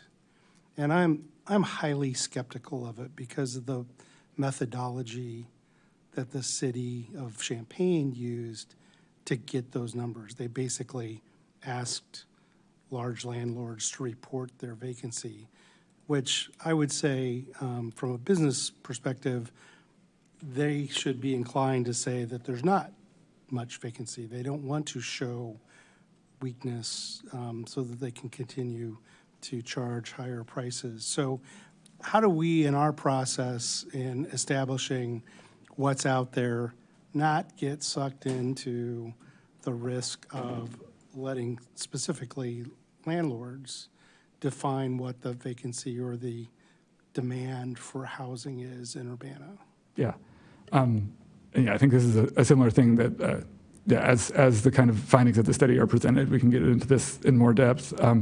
But I think a few different things. So, like I mentioned, we conducted kind of similar survey of landlords and got similar data to what Champaign found. In terms of looking at kind of modeling future needs, our data does not rely on that landlord reported vacancy rate. So I think, like I mentioned in the second to last slide, so as we're conducting the kind of future both kind of existing vacancy and projecting future vacancy, we're relying on those kind of local population models of households, as well as USPS has very detailed data on the number of residential units, just because they have to have that to be able to deliver the mail to everybody and they publish it at the block level every 6 months. So using using kind of that survey data to inform our future actions, but not just relying on that local landlord reported vacancy and taking it as a given that that's exactly accurate. Thank you for that. That gives me a little more confidence. I mean, at least we have an active rental registration, so we know how many units are out there. Yeah. Champaign doesn't even know that, so Yeah. they're working more blind than we are. But I just feel like there has to be, I don't know, an economic driver or something we could look at from a standpoint of getting the city real data on what housing is available. Because if there's a lot of housing available that's not being utilized, that might be part of a conversation of solution to what we feel is a housing need. Mm-hmm. And it's just a question of affordability, not whether we have the units or not. And we really need to dig into that in a way that we trust. Yeah. Thanks. I do have a couple questions. I want to kind of piggyback on Mary Alice's question from earlier about engagement. Before this study is complete, will there be any meaningful engagement happening with renters or families or seniors, voucher holders, immigrants? Like, will there be any of that happens, or will this be strictly based on data and numbers? I will say for the initial survey that we conducted, it was that outreach was conducted primarily as an online survey, but I think city and RPC staff did work to try to get that information in front of as many kind of community stakeholders, community partner agencies as was possible. But I believe Olivia will kind of be able to talk more about kind of looking into the future. Yes, so we'll be sharing the sort of a snapshot of the survey results next week, and then planning staff over the next couple months are going to be making a concerted, targeted effort to make sure that we're getting input and engagement with all populations that represent our city. So I can't speak to that strategy right now because it's still in development, but we are actively thinking about that and putting together a phase 2 public outreach plan to ensure that all voices are heard through the process. Good, thank you so much, because I'm definitely concerned about how the unhoused populations will be accounted for, those living in motels or couch surfing, or just living in non-traditional arrangements. I would love to know the plan to make sure that they are included. And finally, I also want to know if there is any possibility when this is done to have any demographic breakdown, very specifically. Of the public outreach, or just of kind of city population as a whole? City population. Okay, so I'm thinking of when we're considering housing and affordable housing, and thinking about how we address the real needs of the community. And so knowing where the need really is and how will that be broken down, not just demographically, but also according to who can afford what, and a lady in public comment spoke and made me think about that as well. I just want to know, how will we know that we're doing something that's actually going to work for the people we serve? Yeah, and I will say the existing conditions analysis that we have currently has worked to do a variety of kind of demographic breakdowns, and looking at demographics across the city, and then looking at kind of specific populations and how they relate to specific housing issues. So that we have kind of started that work to try to do that kind of more breaking it up by geography or by specific population. But yeah, I think that work can continue. Okay, and I would also, I know I plan to schedule a meeting with you anyway, but because I want to discuss ways to reach those that may never do a survey or may never enter this room, because they should definitely be accounted for as well. Mm-hmm. Thank you. Ms. Hershey. I guess my question is, of the of the people that replied to your survey, how many of these people, did you only do apartments, or did you also consider people who are renting single-family homes? The survey was open to kind of the general population, and then they were able to provide information about their housing type, their housing needs and concerns, et cetera. So we were looking for feedback from everybody. Okay, so you don't have any idea how many responded saying that they rented single-family homes, two or three bedroom? We have that data. I don't have it off the top of my head, but that data is in the survey. Okay, thank you. Okay, with no further questions, is there a motion? Just a presentation. Oh, that was just a presentation. I'm just reading what Darcy told me to say. Thank you. Okay, thank you for this presentation. So we are going to move to the next, which is, we have ordinance number 202607-021. Nope, I'm so sorry. We are on our first item of new business, which is the resolution. Okay, let me move up. Resolution number 2026-07-043R. Okay. You want me to say it again? Okay. Resolution number 202607-043R, a resolution approving an increase in the number of liquor licenses in the Class P designation for Sean and Cy Incorporated. So, so that is going in the former Dollar General next to CIBM, Harbor Freight. This is a chain, essentially a chain Packer liquor store, similar to a Liquor Depot or Bunny's, I think is the other one, that will, Benny's, I'm sorry, not Bunny's. I am so sorry, Bunny's. Benny's. Yeah. But similar to that's requesting a space on Cunningham. Thanks.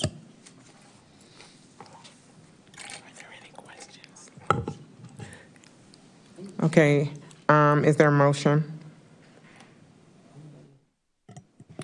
Move approval of resolution number 2026-07-043R, resolution approving an increase in the number of liquor licenses in the Class D designation for Sean and Sing Inc., DBA Beverage Genie, 1506 North Cunningham Avenue, Urbana.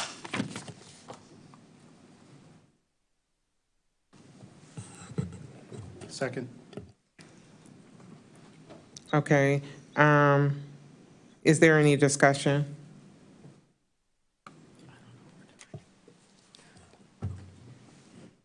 If not, James? oh, I'm sorry, James. You're doing a good job, girl. So I take it that this is something like a Friar Tuck or Benny's. I would certainly like an opportunity for a place where I could go do this kind of shopping that's not in Champaign, which is currently only Benny's, and so I will be supporting this. Ms. Hershey? Piggybacking on what James said, yeah, I have no problem with packaged liquors being sold. And I also would like to see something more varietal as far, Verdell's giving me that look. That's all right, Verdell. But anyway, I think that that would actually, and that is probably actually a very good location in the sense that of what the stores are in that area. I don't know if you've been, you got the beauty salon, you got not the salon, but the beauty store, and you got the Dollar General, and I think that's a good location. So I just want to say that I'll also be supporting this. Okay, with no further discussion, all in favor, please say aye. Aye. Aye. All opposed? Nay. No passes. Okay, all right, so that passes. The item is moved to regular agenda of the city council. All right, next we have ordinance number 202607-021. An ordinance amending Chapter 15 miscellaneous offenses and provisions of the Urbana City Code relating to trade in fur products, presented by Council Member Wilkins. Thank you. If I may present from here, this was an ordinance brought to me by some constituents who drafted what you have before you on the table. This was shared with city leadership and the city attorney a few months ago. Don't know if you had planned any input, but definitely curious at some point if there's input from city leadership on this, anything logistically. We have some slides we could share later. We have, if you'd like a presentation, we can. I can give you just the simpler version as well. From what these members of the public have looked into, and I think hopefully city confirming that there aren't currently fur sales retail place in Urbana. So this would have, not have a significant impact on existing local businesses, but a proactive measure to ensure that Urbana doesn't become a future market for new fur products.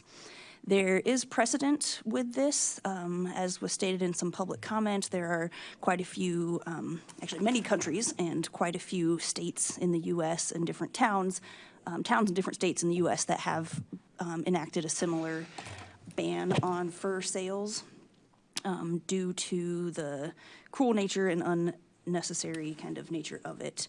As you can see in the ordinance, this would have a $300 fine that would be effective 6 months after the passage of this ordinance. So if there were anyone planning to sell furs in Urbana, they can have some time to adjust, I suppose. There's definitions of what we mean by a fur product, and that this does not apply to things like wool, yarn, kind of things like that.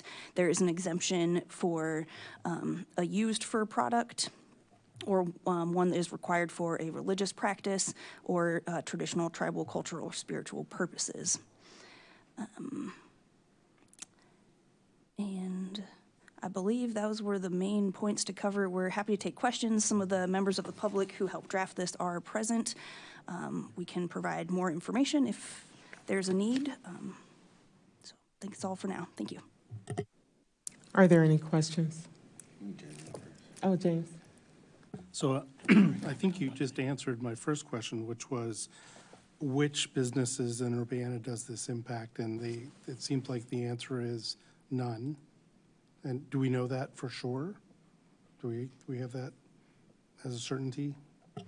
That wasn't the emails with city leadership. I'm not sure if they've verified that. Because I do know that when this was considered in the city of Chicago, it did not pass, and that was because the businesses that were impacted seemed to be of a particular nature, and they felt targeted by the legislation. I understand why people are bringing this up and what the motivation for it is, but I'm a little. I'd like to know who we're impacting before we do it.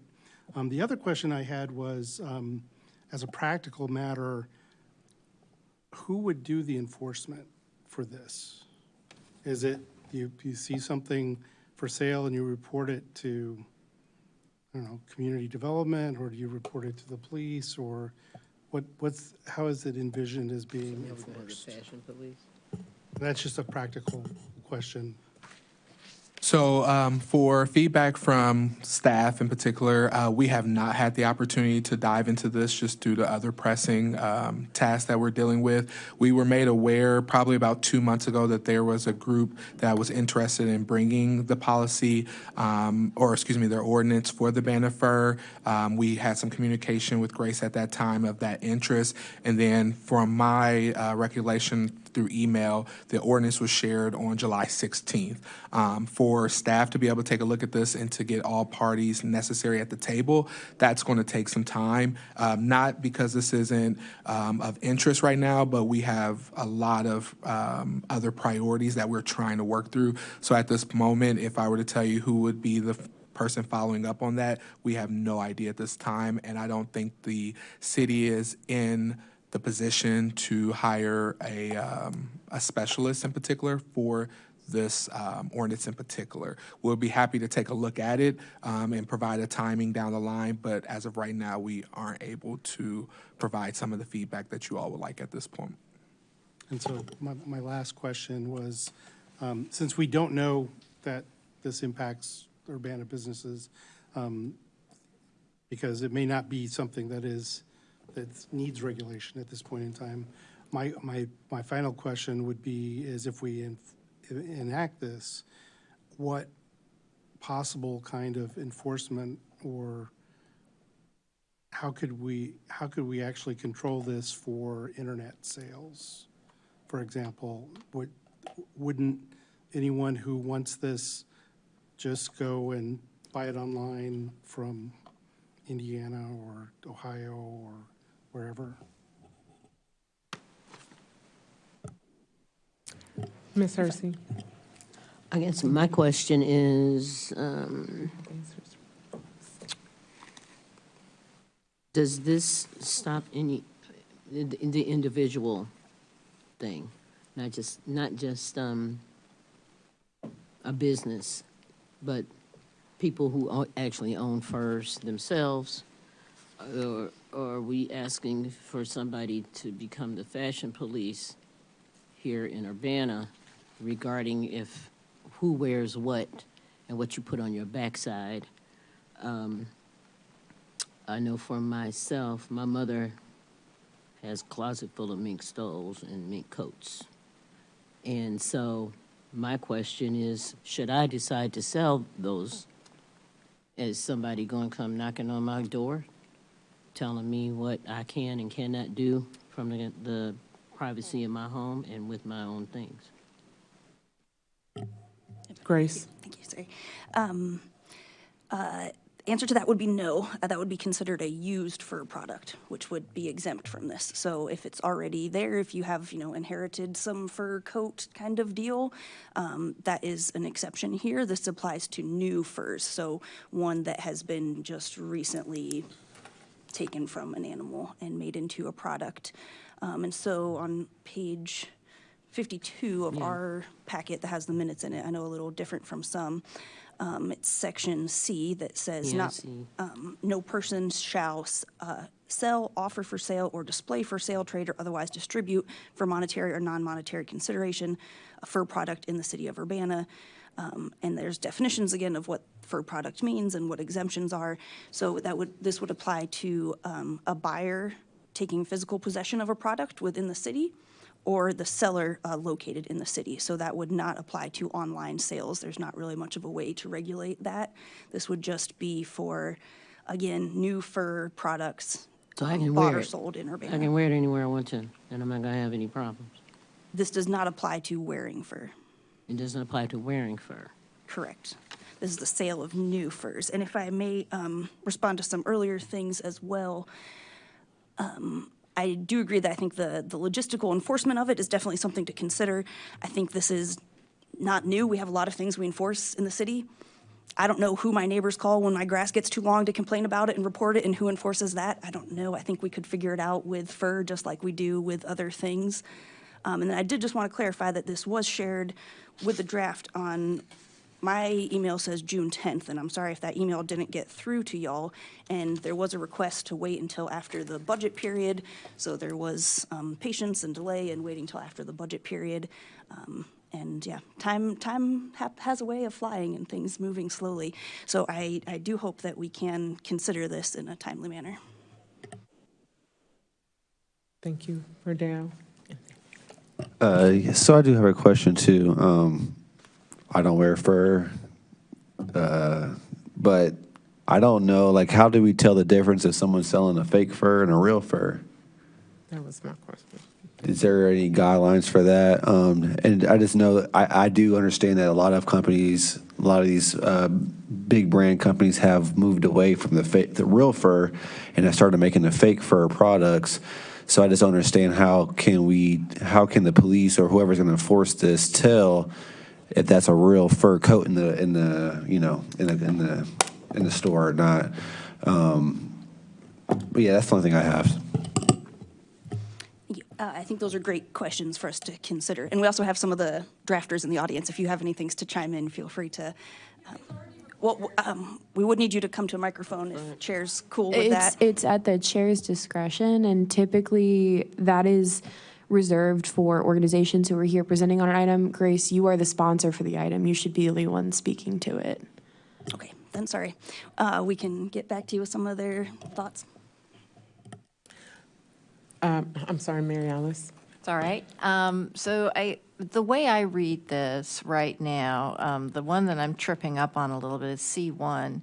The buyer takes physical possession of the fur product in the city. That says to me, if you order something online, if you have it delivered in the city, you are in violation of this. That's what that says to me. Is that correct or incorrect? I don't believe that is the intent of it, but I do see what you're saying of taking possession in the city. If it was mailed to you, where do you call that taking possession point? Yeah. Okay, that was my, I guess, along the lines that James was talking about, like what ask are we going to having on the police, on community development, whomever, who is going to take on that responsibility? What's the process? It seems like some of those nuts and bolts need to be figured out before we can really have a serious conversation about the ordinance, in my opinion. Grace. Thank you. I appreciate the discussion. I think these are all great questions that I agree we need to figure out. I was hoping to have a little more input and collaboration as far as that side, answering some of those questions before this point. But I think that it's okay to move it along and have the discussion here. So I'm happy to continue the discussion, can get some answers back to you. And I had another point that I lost. I might think of it later, but thanks. As far as enforcement, yes, I think we need to figure that out. A lot of the things, to my understanding, are somewhat reported. Like my understanding of, I'll go back to lawn ordinance and people's grass not being over 8 inches tall, which I think we could update and improve anyway. But there's no one from the city who goes around, drives around town and measures people's grass and writes them a ticket, to my understanding. If someone reports it, which I have, my neighbors complained about my grass being too long, then they will come out and deal with it. But typically the city is not out there looking for these local regulatory nonviolent offenses in that way. So that's what I would imagine would be a similar kind of thing, but would love to have some input and thought from city on the operational side. Darius. I just wanted to provide clarification for Grace's communication. She is right. Ordinance policy draft did come through on the 10th of June. That is completely on my fault. I included it with what was also shared on the 10th, which was a backyard poultry ordinance, and they got combined in my emails. That did come through. If council does want more feedback on the operational side of staff, we'll be happy to share that out, but I can't give you a time frame now. I can meet with staff to kind of walk through the best practices that we will need to take to provide oversight over this. And then just for some of the comments for Grace in regards to like your yard and anything of that in compliance, that is followed through our building safety. So in this case, those individuals have specialties in what they're doing. As though this may sound minor, that it's just the follow through of fur. Obviously, we still want someone who would, clearly have an understanding of that. So that will have to be some discussion with staff. And before we can just add new responsibility, there is a process even with that to add more responsibility onto staff.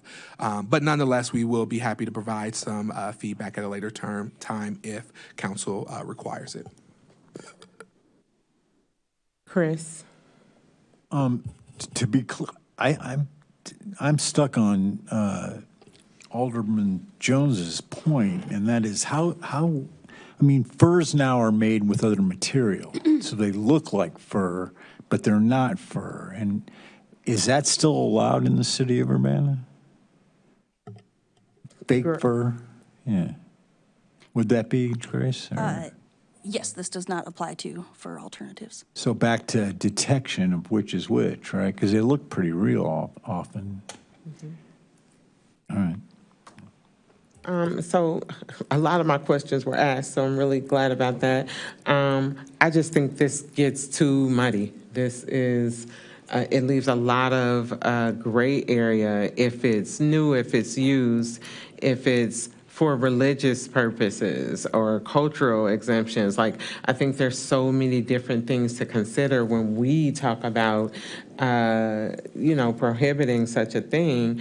Also, what if there is a donation, a charitable donation for an auction that came from a store? You know what I mean? It's just too much, and I don't think, I personally don't feel that the city of Urbana should monitor something like that within the city, not to mention the small businesses that would be affected if this was happening. So it brings me back to, is there a specific problem occurring in Urbana that this ordinance is intended to solve? So I guess I just think that this is something that is above us. Ms. Hersey. I think the main issue that I have is the imposition on my personal feeling of what I can wear, period. And I don't have, I don't like anybody dictating to me what my fashion sense ought to be. Excuse me. We don't presently have a motion on the floor at this point. It should just be questions only. Discussion can only occur after a motion has happened. Thank you. So, okay, go ahead, Stephanie. Okay, I'd make a motion. Okay, a motion, please.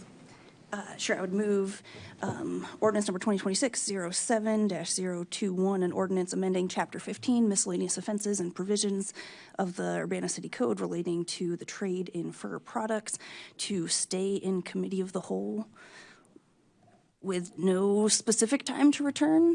We've done that before. Is that fly? Yes, typically with like guidance, like to collaborate either with staff or after a certain benchmark is reached, like after a budget, which we're past the budget now, but like, I guess some direction about like staff benchmark or something, or some indication to the clerk's office of when you want us to bring it back. Yes, that would be great after a staff assessment and kind of response. Second.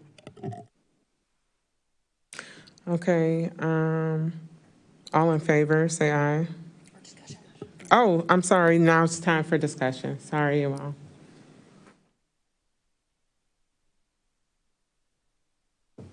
As I was saying then,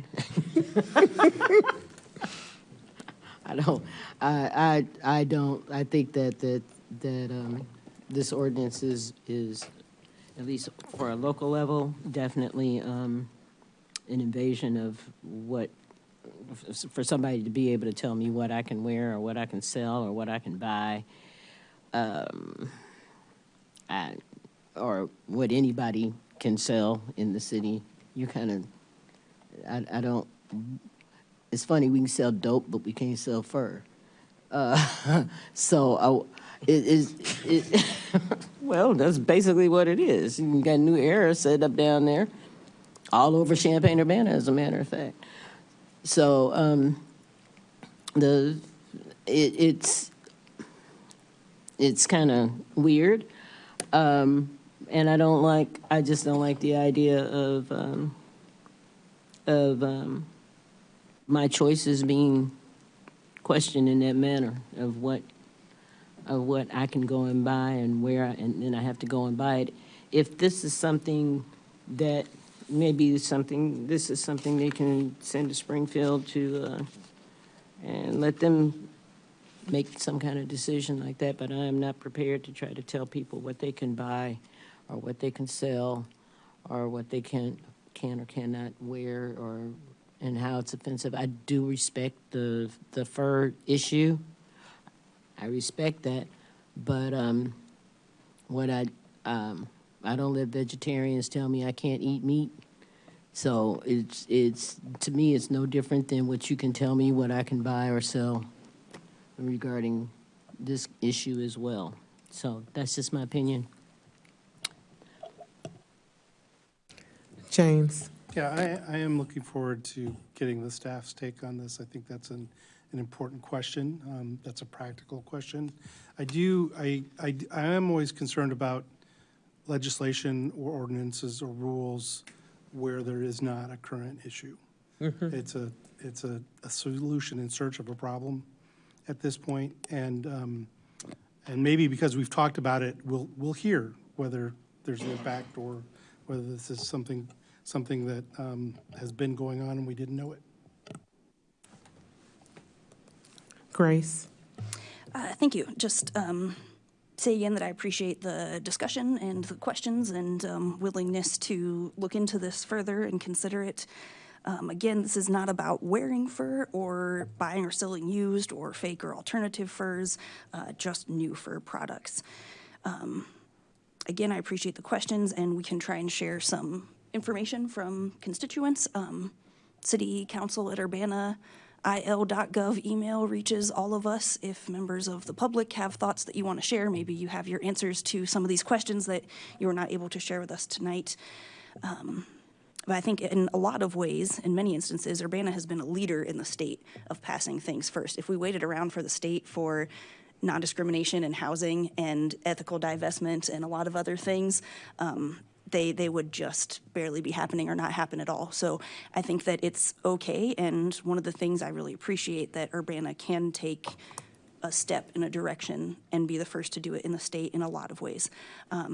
We've heard from a lot of public input that kind of graphically articulates how cruel and unnecessary this is, and it's something that would have no negative impact as far as we can tell. Look into and verify that on any of these businesses. So again, it's a preventative measure and stands by, I think, the values in Urbana, my values, I'll say that. So thank you.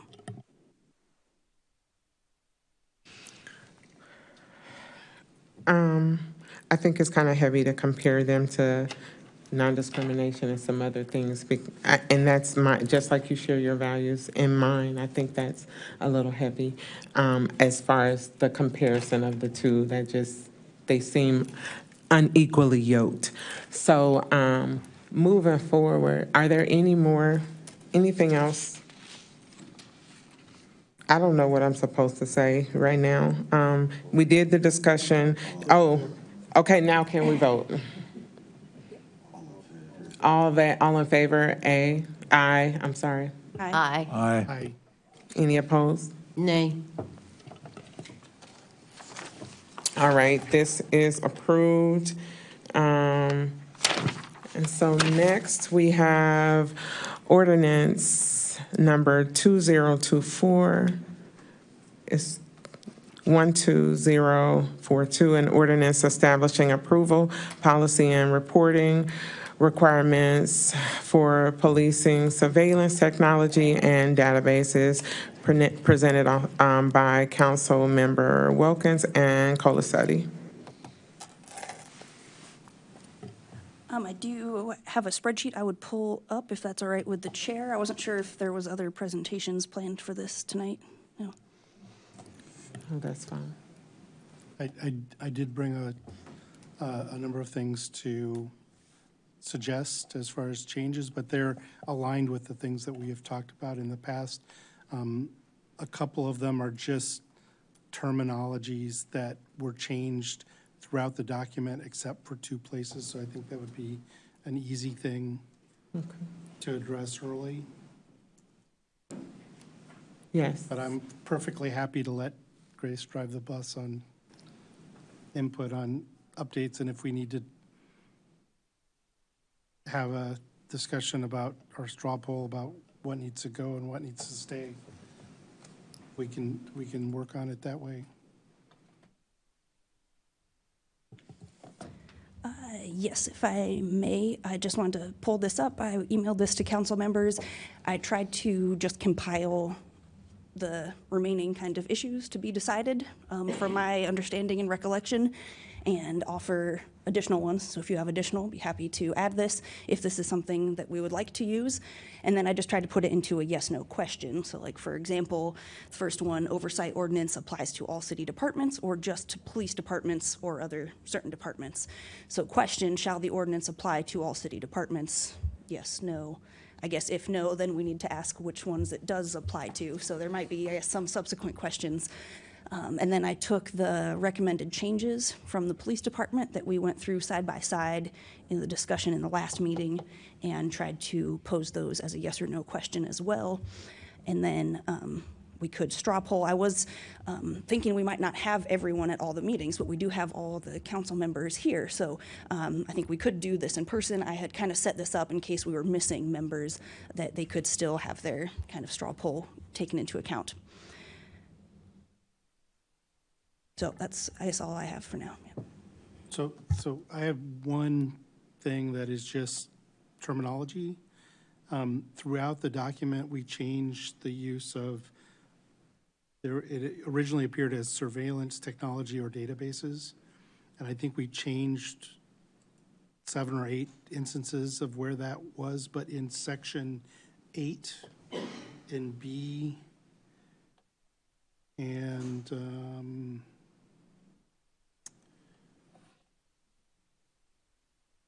it's B and A, that surveillance technology or databases still appears, and if we could just correct that to mirror the other changes that we made. That's just a typographical change. Just removing and databases in section 8. Or databases, I think, yep. It's in section 8A. Sorry, yeah, 8A, and what is currently 8C, no, 8, yeah, 8D.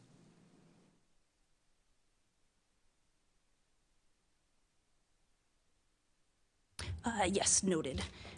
And there will be some additional changes, like, you know, for example, when we decide if this is all departments or police, I think those words will change, but things are just kind of waiting till we had figured it all out. But yes, I think that in our previous discussions, we had decided that surveillance technology is sufficient without and databases, because the definition is the technology and the data they produce. So it's all ready encumbered in that surveillance technology. So thanks for catching that. We can update that. Are there any other things that we wanted to consider here? Was there anything I was missing in our kind of straw poll list? Mary Alice. That we had some conversation in the past about whether or not the CPRB should be part of the review process, so I'd like to put that up for a straw poll.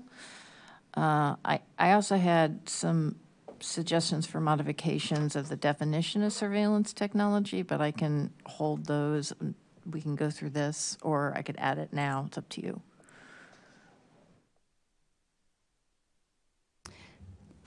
However, I don't know if you have it.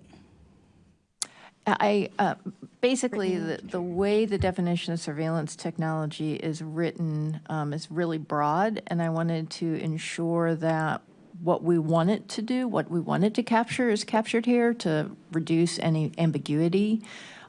So one thing I wanted to do was to add in, instead of software that is capable of collecting, saying software that is designed, intended, or primarily used to collect, because that's much more targeted in terms of surveillance, in my opinion.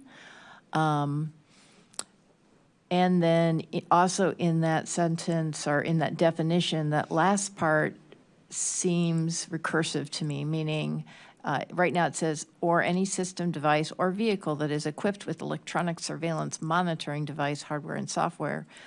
It seems odd to use surveillance in the definition of surveillance. So I don't think that part is necessary. So two things. A, making it a little more concrete in terms of what those types of devices and hardware and software are. And B, removing that last sentence. Those are two things that I wanted to do. But I'm happy to, if people are okay with that, I'm happy to like draft up something so that you can like fully see it. But those are the two gist of what I was suggesting. I saw Chris. Have you changed your mind? Yeah, Mike. Okay. James. So I was going to actually tie two of the line items together. I'm prepared to support having this apply to all departments, but in connection to that, I would remove the CPRB's review responsibilities in the section that appears in, and thus making all the review responsibilities the responsibility of City Council as we bring this on board. I am perfectly willing to say that at some point in the future, we may recognize that other parts of the organization or commissions and such should be part of this process. And I am also comfortable having both CPRB and the Human Rights Commission be part of fielding complaints, which would still be in there if we took out Section A. But I wanted to blend that idea of it applying to all city departments with the idea that City Council is going to take on this review at least early on as we learn the scope and impact of this. And so I'm going to support one if we do the other. I'm entangling them from my perspective. I'm going to briefly insert myself, and I do apologize because I am anticipating this is going to be a parliamentary marathon going through these together. So at this time, we don't have a motion on the floor. Typically, we have a presentation initially, and I think it is fair to make sure that we have a full menu of things that we want to capture in relative like amendments or motions. So I think it's fine to like add things to this list, but I think we should try to refrain from discussion if we can beyond adding items to this list until there is a motion on the floor. Of course, this is also a time for questions as well, but yeah. James. I would even be inclined to make a motion to suspend our rules to let us engage in this conversation, because we've done it in a discussion manner several times before and made a lot of progress. And we want to get to something that we can then move and vote on. And so if it makes the clerk feel more comfortable, I would move that we suspend our rules and engage in a discussion to get to something we could pass forward tonight. You certainly can. We need a motion and a second to suspend rules along with a vote of, I believe, 2/3 of the council, which I'm confident you will have here tonight. The other thing I will ask, since we're kind of throwing out the rule book, if we can have like some sort of concise way to track as we move through this order of operations. I did print the Excel sheet that Grace has up on the screen, and I did write down the 3 notes that were added as well as an attempt to try to track it, to help track the edits and also track the votes as they come. So if I'm like waving my hand like, friends, where are we at? Please bear with me since we're gonna abandon the rules. So I would move that we suspend our rules to allow discussion to work out the actual text of this legislation. I'll second. All in favor? Aye. Aye. Any opposed? Nay. All right, so moved. So we're having free conversation now. I was going to ask, and only because we have continued to talk about this, because city council members are elected and publicly responsible for decisions about Urbana, I just want to know what is the reasoning for assigning surveillance oversight to the CPRB rather than keeping it the final oversight with the city council? And so that is, of course, connected to what James is considering the change, but I just don't understand why it's necessary, especially with the purpose of the CPRB. And we've talked about that, but there's nothing that could make me support that. Sure. I guess I can't say anything to persuade you that. That's true. Thanks, girl. Yeah. I think, yeah, as we talked about before, they have their own expertise. It's a group of volunteers who have more insight than the average person or even us council members into some of the operations of the police department and some of that records. I will say, in my perspective, I don't think that there's anything qualifying or, yeah, I don't, city council members, some are elected, some are not. Some are the only candidate running. There's not really a qualifying thing. I don't know that we are more qualified than any other people in the city. So that means we are not more or less qualified than the people over the CPRB, because if you consider it, Grace, you don't know any of the real experience that some of us may have had, so you don't know if we're more qualified or not, correct? Correct. Just saying it's not a requirement. Okay. Thank you. Chris? Yeah, I think the thinking of including the CPRB was their expertise. They are the most trained commission and board of any of our boards and commissions. They, and the idea was more eyes on it to provide the council with as much information and independent look at what, I mean, they in particular, they are the oversight of police behavior. So that is why they were kind of pulled in to add that for that element of it. And only to provide just their opinion for us to consider, just another data point, more eyes and another opinion. Which I totally understand, and in my opinion, that creates a greater conflict. That creates greater conflict. I feel like because of that, and because they review complaints involving police conduct, I cannot see us putting in their hands to have this oversight as well. So, Ms. Hersey. Chris, could you be more specific about the training that CPRB does? I know that when Carol Mitten was here, she worked really hard to get a standard because of the simple fact that they are making decisions regarding what happens or if the police if there is an issue or if there is not. But I wasn't sure how far she got with that. So could you please be more specific and tell me what is the training that CPRB has that makes them so expertise, other than maybe a couple of them are lawyers? Yeah, there are a couple lawyers, that's big, but they get trained in the law in terms of use of force. They get trained what kind of the policies are of the police. They get trained. Do they go to the citizens police training? They can. That's optional. That's a citywide offer to everybody. I would rather that the Civilian Police Review Board or the police department, the chief or the deputy chief want to chime in on all the training they have with regards to use of tasers, the use of body cams, the laws that apply. I know there's a lot of information that they have to know, yeah. But what I'm asking is what training do they get to know? I mean, is there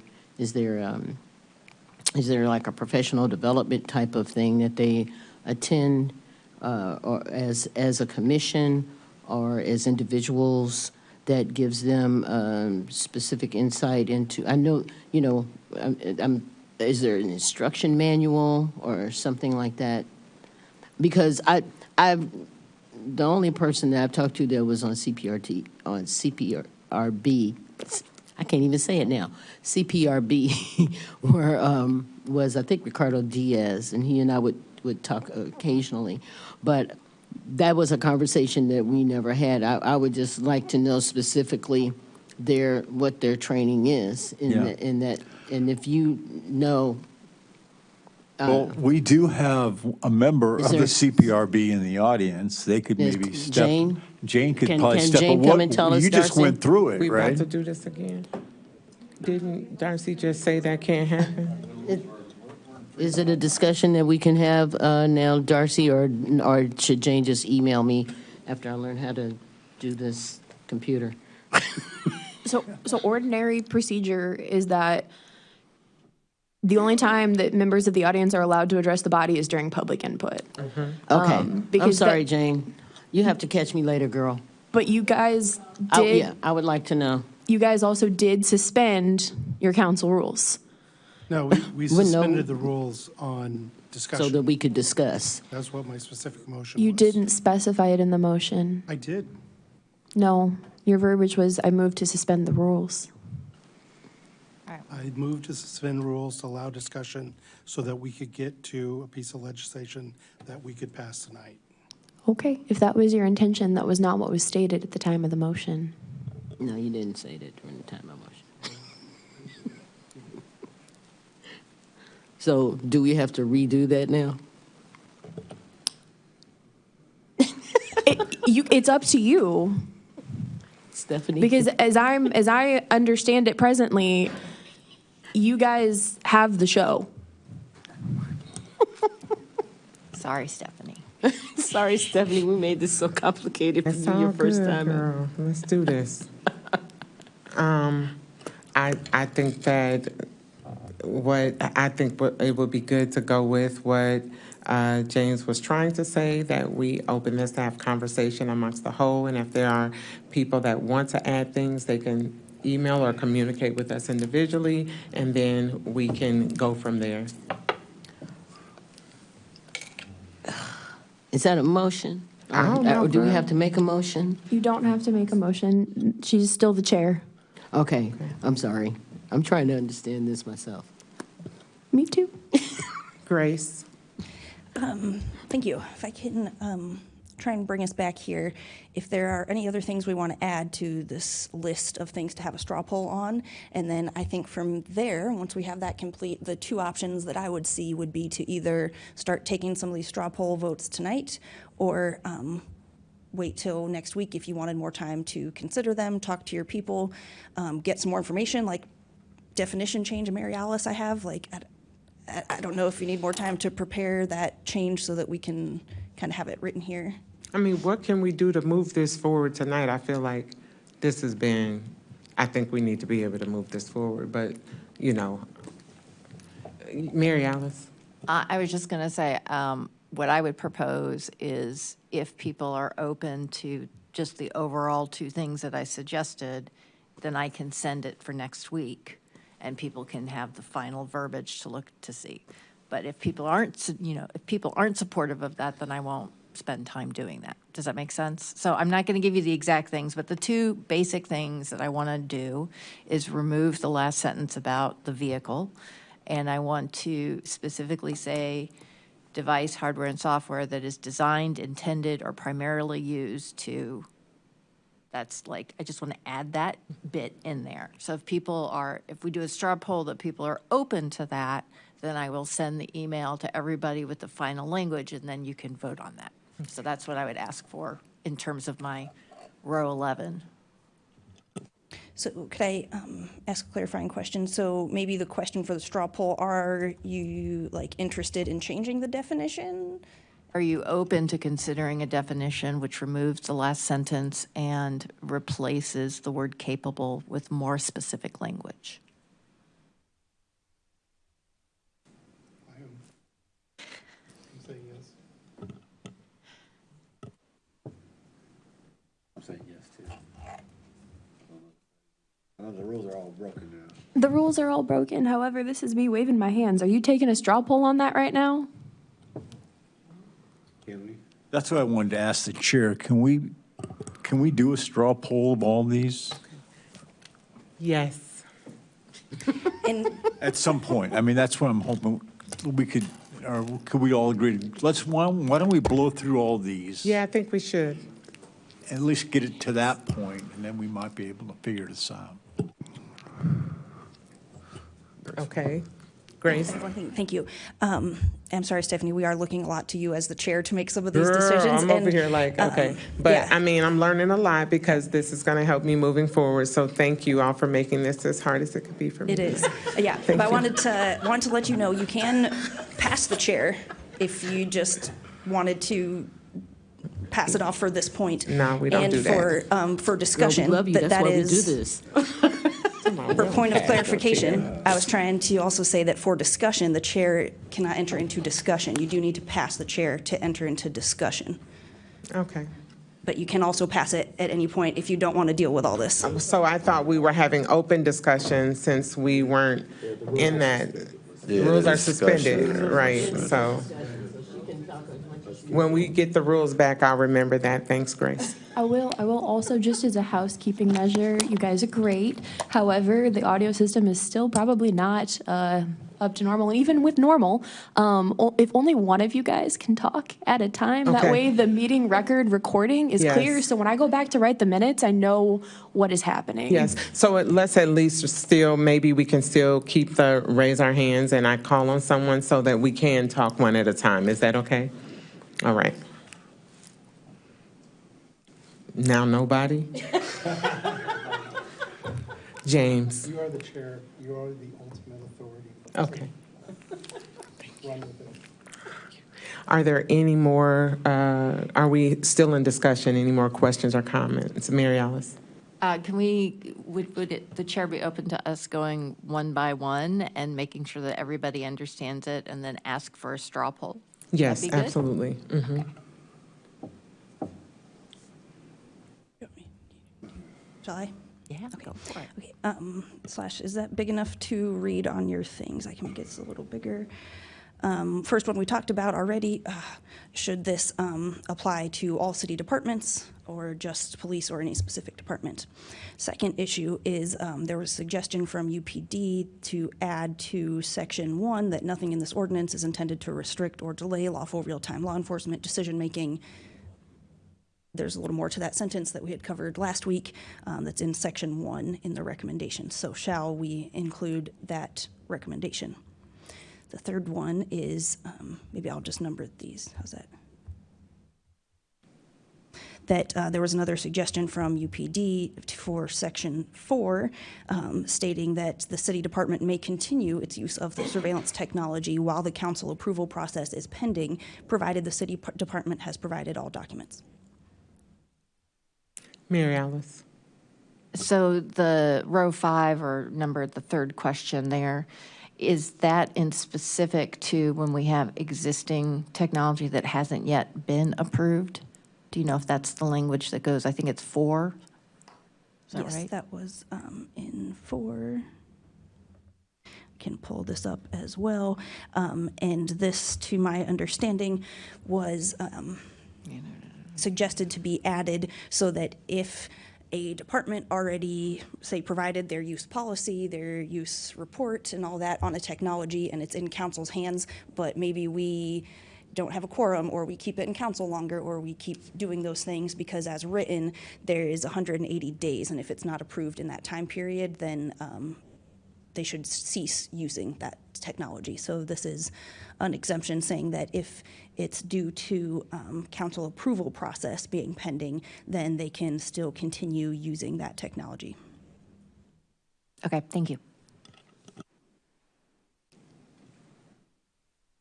The next one, we'll call number 4, is about using the state definition of disaster as determined by the mayor for exemptions to surveillance oversight in section 6 versus a suggestion by UPD to replace disaster with exigent circumstances and exemptions stated by the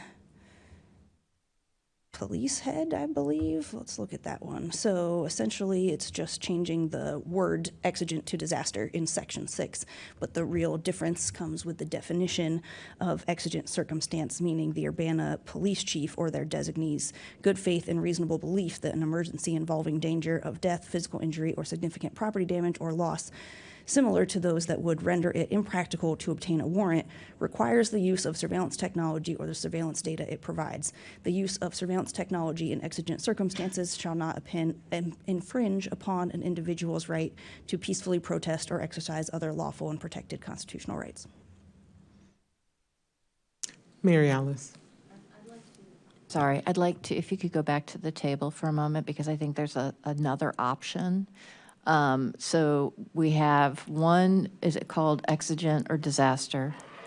And another one is it the mayor or the mayor's designee or the chief of police who makes the call? So they're two separate issues in my opinion. So I'd like to just split that apart if that's okay. Does that make sense? Yes.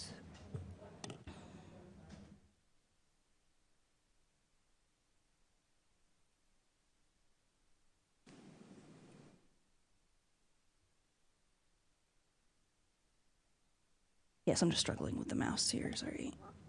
So to clarify from my notes, for 5.5, mayor or designee is one, and then chief or designee is a separate one, or is that one thing that you suggested, Mary Alice? Well, the idea is who gets to make the call, right, of the exigent circumstances. So just mayor or designee? Yes, mayor or designee, and the police said the chief of police. So that's the delineation that I was trying to make. Does that make sense? Mayor or chief of police is the options, right? And either of them have a designee option. Correct. Yeah. Thank you.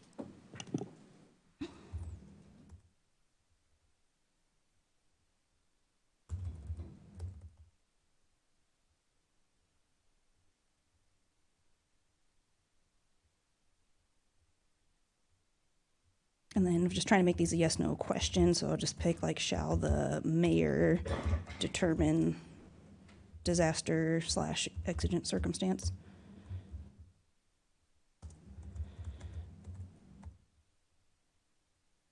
As 5.5, as Darcy had, and also we'll try and help keep these and can share this version with you as well.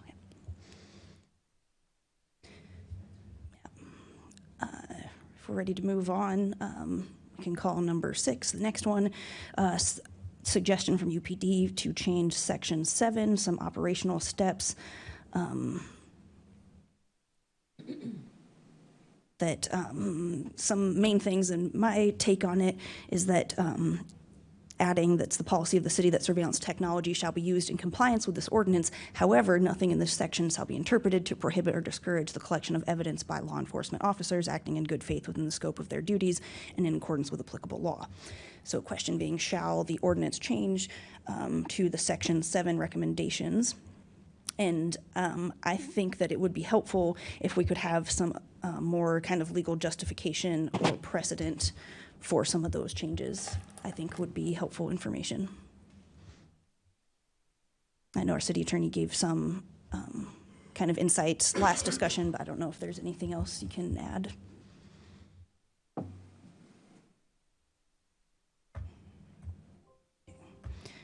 If not, or other questions, we could go to the next one. So I'm sorry, are you saying that if you don't hear a reason why you should change it, you don't want to change it? Is that what you're saying?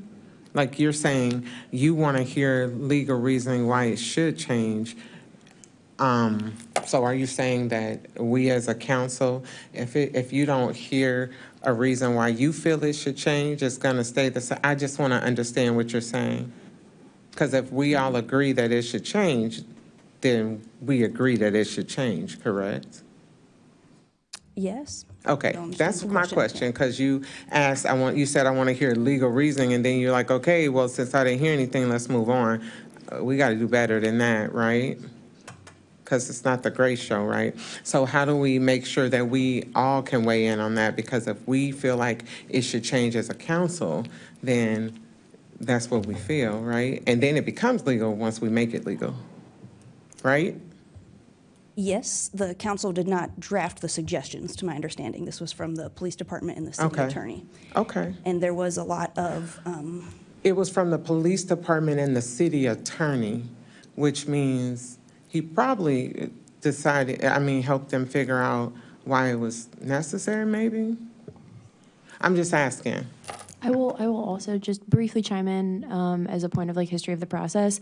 A lot of the prior discussions just happened as discussion, not as the actual action item. Okay. And so even if ideas were floated and consensus was gathered or a straw poll was even taken, it wasn't actionable. And Okay. so that's part of why tonight was going to be such an extended process, is we haven't actually legally done any of the edits to the living document yet. We have discussed it. We have come up with a whole lot of ideas, which is why we've got this very long list of to-dos.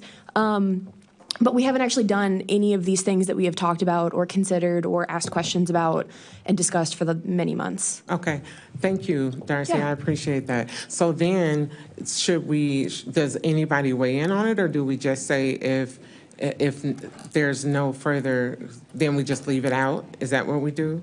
You guys If get to there's- do whatever your majority agrees to with this.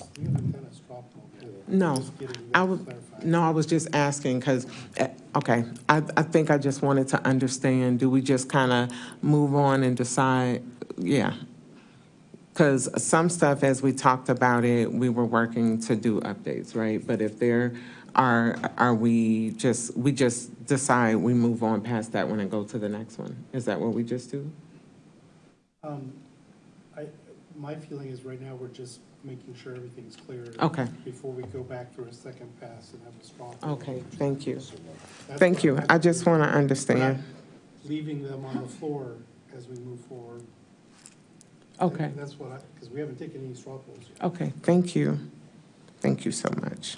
Yeah, my understanding of the present procedure is we are just making sure that everyone understands the verbiage of the question. So when we circle back to do the individual straw polls as they're numbered through, everybody has the same understanding of what the question they're being asked is. Thank you. Thank all of y'all.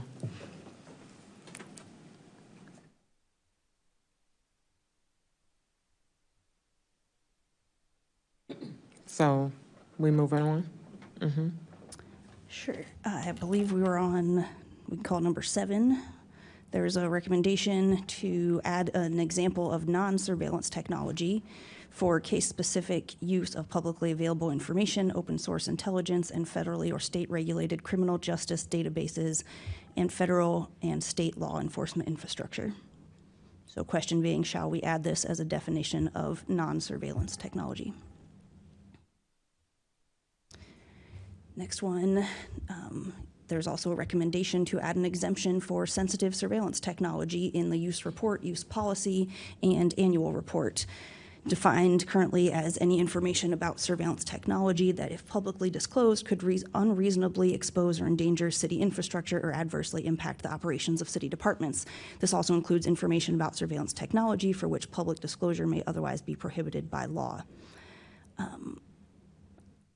I would think it is very appropriate to add examples and non-examples of this. I personally still don't understand concretely what this would mean, and have asked and would really appreciate some examples and non-examples of what we mean by this.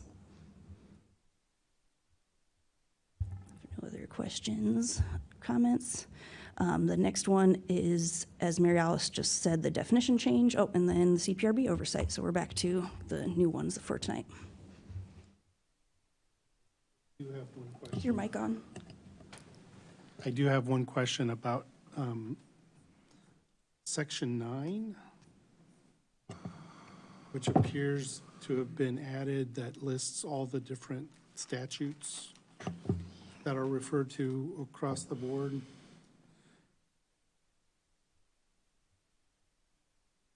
I don't know when it was added, but it's highlighted as a track change. And so the one question I have about that is the last sentence in that, which attempts to make, looks like it's attempting to make our ordinance control over state ordinances, which I don't think we can do.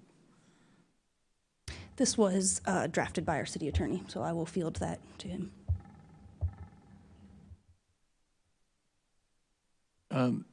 In the case of statutes that preempt city council action, then it would be state law that prevails.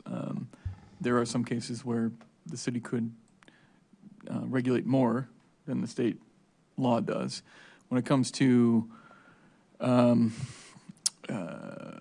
believe it's the Drone Surveillance Act, and drones in general, that's the domain of the state, purview of the state. And so generally within city airspace, who can fly a drone and, to what extent, those are questions of state law. The city's preempted from regulating airspace generally in terms of departmental operation and what access to specific technologies our police department has. That's the domain of the city council as a legislative body. So these are limited to places where we could have more strict control? Yes. These three? Yeah. Okay, thank you. Then I don't have anything to put about that.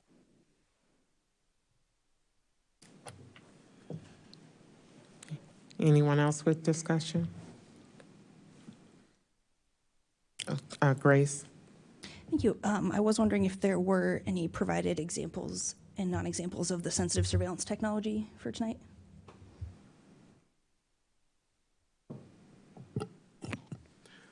Yes, so our police department provided some examples of the sensitive surveillance technology information. It's not the issue whether it's public, but rather to protect the operations itself. So honestly, this information I'm going to share out in a confidential email for you all to know. It's in regards to, again, some of the tools that are used for investigation that, actually I'm going to ask police to provide some information, but I'll send what they provided me. But does either one of you want to speak on it? What we're trying to protect is how we conduct sensitive investigations as it relates to our equipment, so to speak. If those that we were targeting knew the type of equipment that we used, they could take some steps to prevent us from effectively doing investigations. We provided some information, as City Administrator Darius said, last Friday, I believe. There were 3 or 4 examples Deputy Chief Cervantes highlighted, and they escape me at the moment, but I'll let him crystallize those for you now. Thank you. To start off, I want to be clear that I think there's an important distinction between transparency and operational security. Transparency builds trust. Operational security protects victims, investigations, and officers. And in my opinion, those two principles can and should coexist. So what we're really talking about is the operational security standpoint. We don't want somebody who may want to use this information against us. And one of the examples that I provided was regarding the types and the use data when it comes to all of our covert equipment. We have no problem saying that we have covert cameras that record certain types of investigations, whether that's a drug investigation, a theft investigation, whatever it is. We do have access to those types of tools, but obviously we wouldn't want to put on display what those tools are and how they could be then used against us or compromise any investigation or safety of an individual using those. I've personally worked undercover and I've used those types of tools in my investigation, and if we highlighted those tools, where we're using them and how we're using them, that could have put me at risk if we were putting that out on, for lack of a better term, Front Street for the public to see. That was just one example. The other examples were in the certain types of software that we use when it comes to any type of CSAM or child sexual abuse material, or the software that our detectives use that we, whether we're getting it from other cooperative partners or we're using it ourselves, we wouldn't want to highlight those specific types, because then anybody that wanted to use those materials out there would know exactly what type we're using. And the best analogy that I can think of is it's obvious that the banks use security systems. They have alarms, they have vaults, they have different types of safes, right? That protects our money.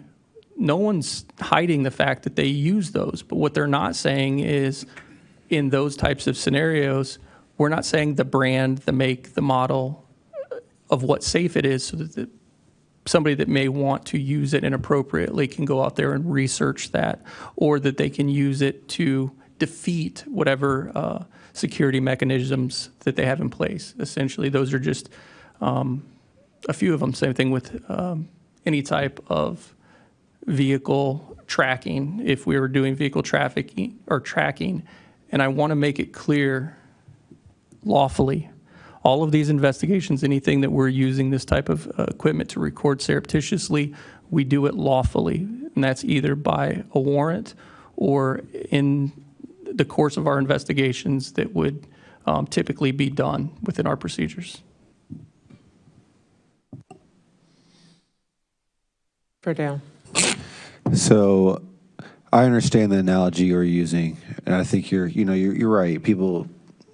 Criminals can figure out ways around these little loopholes. But so you're saying you don't want this sensitive surveillance technology for the public, but council would still know what exactly that you're using. Is that what you're stating, or you don't want anyone to know the exact details of the technology?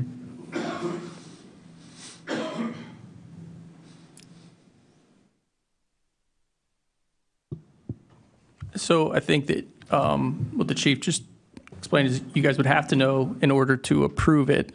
What we wouldn't want is, when we're saying the use report, we're not talking specifics of what types and where. For instance, if we put in a use report that we used a drug or an undercover camera for a drug investigation in certain locations at certain times, it wouldn't be hard for the person that we're buying drugs from to figure out, oh, well, the police said they're using this type of camera on this date, this time, wherever it was at.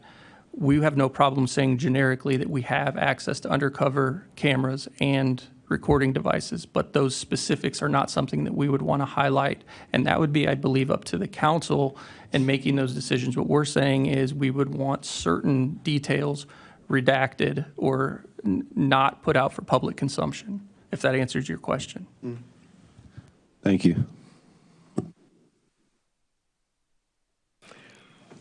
Okay, Grace.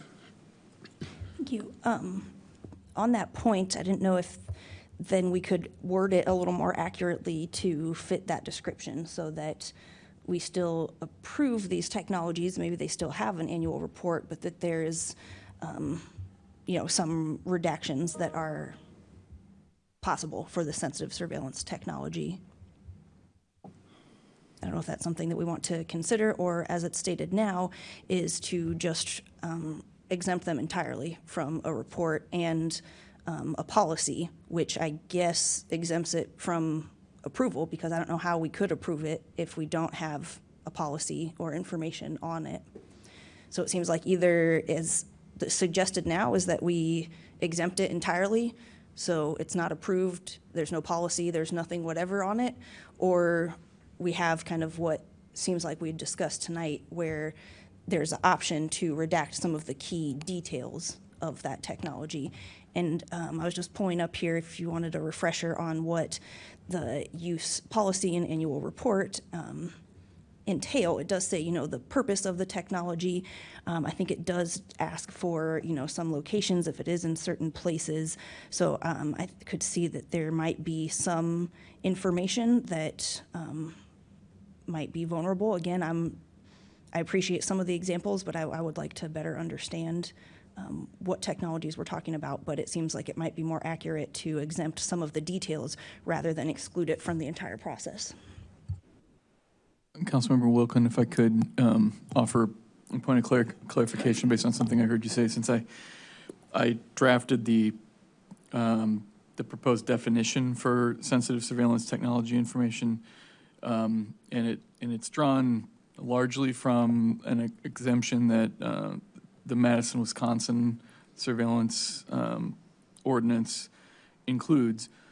It's intended to describe information about surveillance technology and exempt certain information that would be sensitive about the technology, but not the technology itself. So it's not written with the intent to exclude any particular technology from the council approval process. It's intended to provide a mechanism or a tool for the particularly sensitive information about that technology, as Deputy Chief Cervantes was describing, from being disclosed as part of the approval process.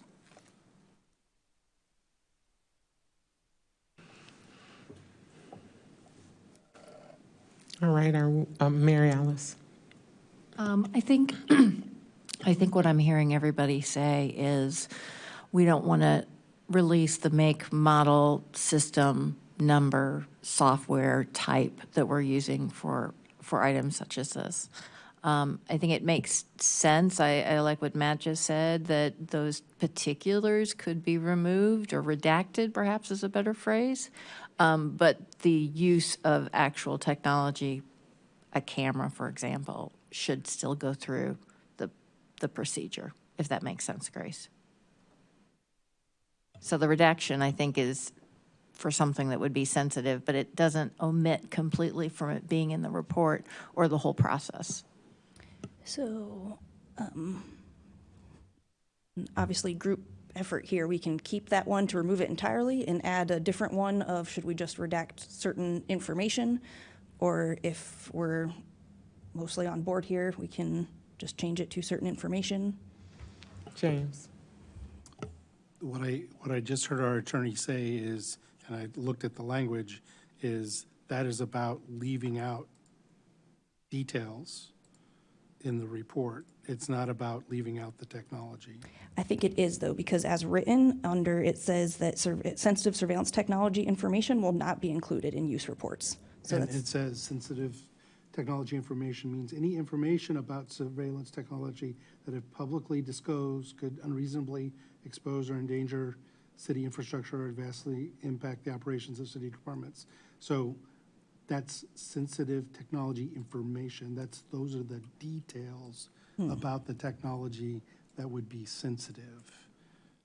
I see. I think I read it as okay, but I understand it's a long paragraph of detail. So then I think more accurately, I was missing the information piece, so I appreciate helping me understand that. So shall the ordinance add an exemption for sensitive surveillance technology is not accurate, but information. Yeah. And we are understanding that that means key information about a certain technology, not the whole technology itself. Okay.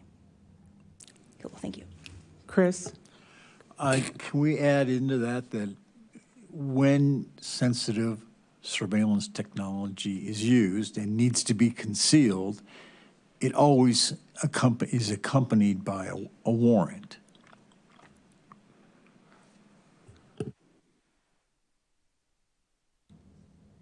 A warrant to exclude that information or to use that I mean, technology? the use of the technology was on the basis of a judicial warrant to use it on the subjects that it was used on. I'm talking like a lawyer. So I think that would come in the use policy. So again, it's hard to think of it without an example.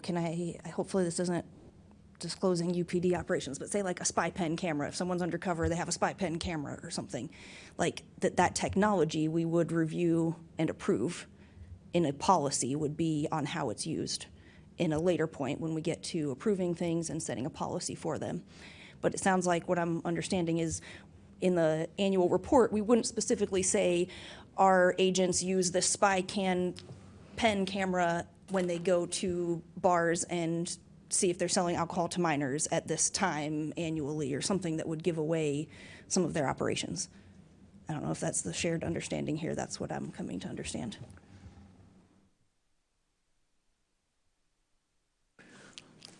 Okay, so are there any further questions about or edits to straw poll 8's language? Because we still haven't made it to that point yet. Any other edits or changes that need to happen before we straw poll?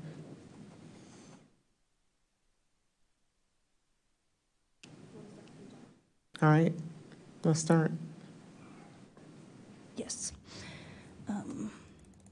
However you want to do it. I can put yes, no's here per ward, or the clerk just keep track, however we want to do it. I can keep track of numbers, but please make sure that your thumb is visible above the dais, so when we watch the recording, we can record the individual names behind the votes. Because if I'm writing and my head is down, and you guys are non-verbally giving me a communication, I need the video for the record. We'll try to hold them apart. Perfect. And just to clarify, these will be numbers. This is not a roll call, so.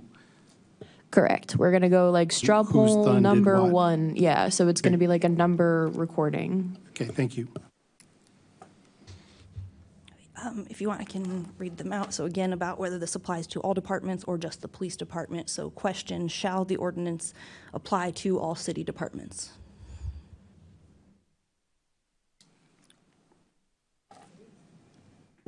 Sharice, do you have a thumb? So are you thumbs down? Nope, I don't have anything. You can't abstain. You got to do something. We don't have conflicts of interest. Up or down? Okay. So 7. Pass, yeah. Okay. Next one about adding to section 1 that nothing in this ordinance intends to restrict or delay lawful law enforcement. Shall we add that recommendation to section 1?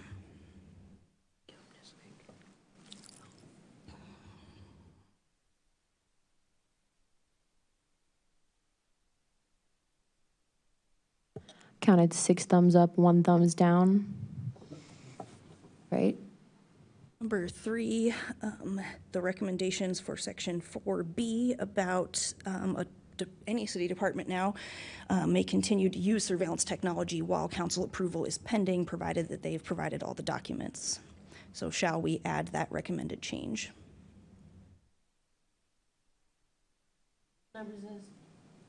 This is number 3.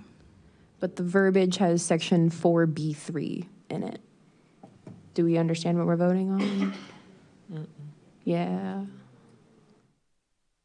Okay, if that's the case, then I counted 7 thumbs up on that one. Okay. Number 4, about using the state definition of disaster as determined by the mayor. So shall the ordinance keep section 6 as disaster circumstances?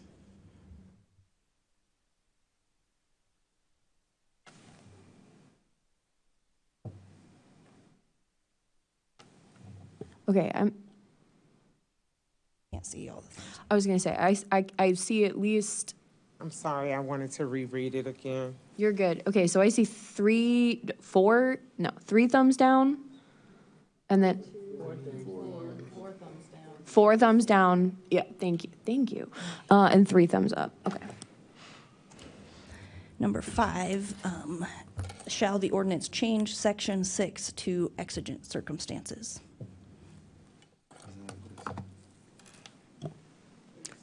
Say that again. Did you Let me say, read. yeah. Where are you?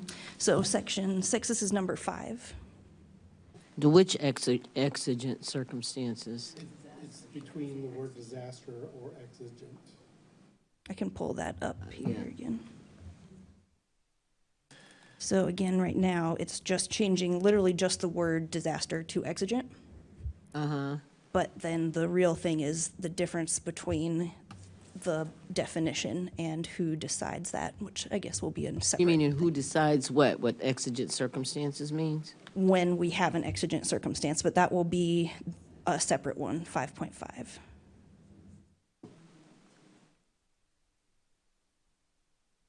Okay. 4 up, and then This is 3 just down. 5? Okay. And 5. 5.5. 5.5, we were calling it, between the mayor or the chief of police, or either of their designees, for who determines the exigent or disaster circumstances. So question being, shall the mayor determine an exigent circumstance? Okay, I see 7 thumbs up. Yes, okay. Next, number 6 is about section 7 operational changes. Wait, can I say one thing? I'm sorry, Grace. One thing regarding, it says, because I need to understand this. The mayor or the chief of police determines exigent / disaster circumstances? But we got rid of the disaster. Okay, true. okay. Okay.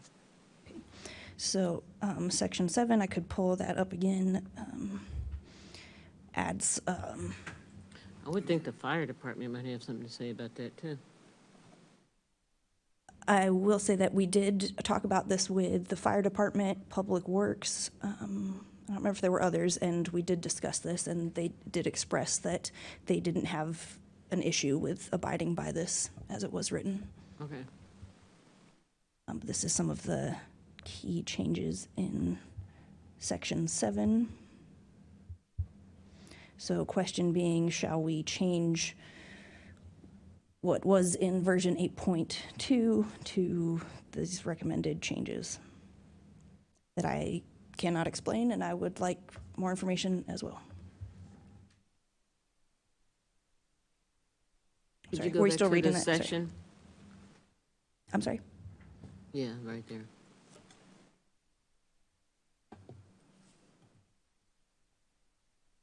I can attempt to explain the difference between the two versions. And I think we talked about this, it's been a few weeks ago, but the impetus for the new red type, section 7, was, the police department's concerns about how the existing draft, which is more what I would call preemptive in terms of excluding information that is acquired via the unapproved use of surveillance technology, how it would function from a practical standpoint. They expressed a desire to see policy language that would be more, that would allow it to be used, but used within parameters and with a process of documenting and explaining what those parameters are throughout the process. And so I would call it more of a governance policy related to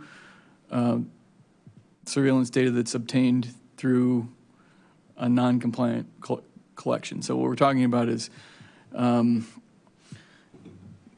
the unwitting collection of data in a manner that hasn't been approved by the city council, or with a technology that hasn't been approved by a member of the department. If it's done knowingly or purposely, there are other processes to address that. Typically, that's going to be, a disciplinary matter. Sometimes, could you give me an example? A legal matter. Well, what you're talking about? I'm trying to think of the simplest example, but let's just say that there's a particular type of drone technology that has not been approved. And let's say the council has not approved the use of a drone that is owned by a neighboring department. And we have someone who's involved in a situation that is, emerging and Someone, a victim or a perpetrator? I'm sorry? Victim or perpetrator? I'm talking about a member of the police department, Police department of our or a staff, police officer. makes a decision to deploy a drone that's owned by U of I or Champaign, let's say, in a situation not realizing it hasn't been approved, or not realizing the particular use hasn't been approved, and that drone records what's happening, and we end up with footage. And in the existing, the earlier Section 7 that's in black on the left-hand side, what we essentially say is we won't use it unless we absolutely are required to, and unless it's exculpatory is the primary exception. But it's more our policies. We're not going to use it if it's improperly obtained unless we're required to. The one on the right says essentially we will use it in good faith within the law. If we're able to, we'll document how it was obtained, but if there's a legitimate prosecutorial use of footage or data that's obtained that is useful in a particular case, that it would be able to be used under the Section 7 that's in red as a matter of course, unless there are reasons why we can't under the law. Okay, so if this is an emergency situation, for example, let's say that I'm just trying to. I'll think of something. There's a car accident, car chase, whatever. The person is being followed by police. They run into a emergency light or something, and the car catches fire, but they get out, and we have to use your thing, a drone that we don't know anything about or whatever, to follow this person. Is that what you're talking? Is that an emergency situation that you might talk about? And this person is wanted for assault and battery. I think it could play out that way, but I think the key consideration here is that it's being used and it hasn't been approved. Okay. Previously. It's not consistent with council's ordinance about prior approval of surveillance technology. So in an act of emergency, then it's okay to do this, as long as it's done in good faith. Well, so that would, assuming council adopts the exigent circumstances language as proposed, most likely a situation like what you described would fall under that, based on what I've heard. We're talking about, an inadvertent use where we don't realize we're not complying with, what the ordinance requires in some way, shape, or form. I think there's a lot of different ways that could play out. With a use policy, for example, council might approve a particular technology for a list of 5 or 6 different types, ways it can be utilized, but maybe some others that we're not comfortable with. But if we have an employee who, perhaps isn't aware or is confused about when they can use it and when they can't, and we're using it in a manner that's not compliant, if we collect information with that technology that is not consistent with this approval process, with this policy, that information that's been collected, if it supports, if it becomes evidence in a particular criminal case, let's just say it's drone footage, to use the example that you talked about, if while observing the subject in that case happens to, catch, pick up something else that's happening, and that footage can be used in the prosecution of a crime, it potentially has evidentiary value, under the red column says we would use it where we can, essentially. Okay, I'm just, okay, so I'm still not quite sure exactly what this means, so I'm going to use another hypothetical. Okay. There is a crime that's been committed, and I'm going to still stick with the drone thing, okay, Matt?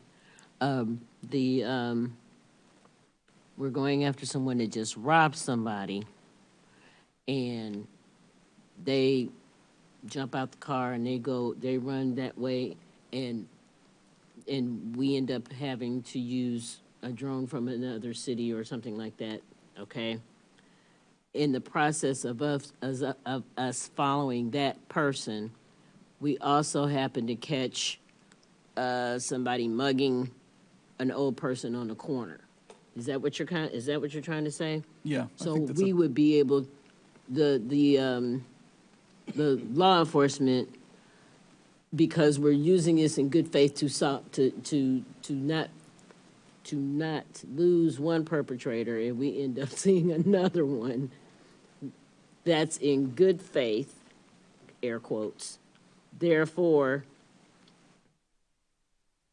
in the upcoming issue that happens with the person that is found assaulting this other person, that same footage could also be used for the state's attorney. Is that what this is? That's what this is saying. It could be. Okay. Right. And what this does is essentially sets forth what we do once we discover we have this, this information that we collected and shouldn't have per this policy. Documenting it, the nature of the violation of the policy, separate the data pending its review. That review would involve the city attorney. And we wouldn't immediately delete it because we can't. We have Records Act requirements that, say that we need to hang on to things even if they're obtained in a manner that's not compliant with our own ordinances. And you review for the potential purposes it could be used for.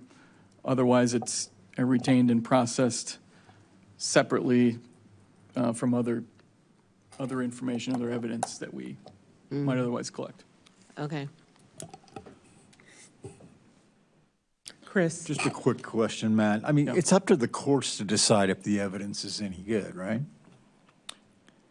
Typically, it's going to be the prosecuting entity if they have it, and if it's exculpatory, we have a legal obligation to turn it over to the defense in a case. So, and that would apply in both of these types of scenarios. I mean, but a particular officer violating a city policy that you're only supposed to use that wasn't approved yet to use that tool yet, but the evidence is still good, so to speak, and it's up to the courts to decide if they're going to use the evidence and it's admissible, right? Whether it's admissible. Yeah. And so it's a separate situation with the officer. He's going to come back here and we're going to, if it's documented, and I would assume that the city attorney would make known to the council that, hey, we use some technology we haven't approved yet.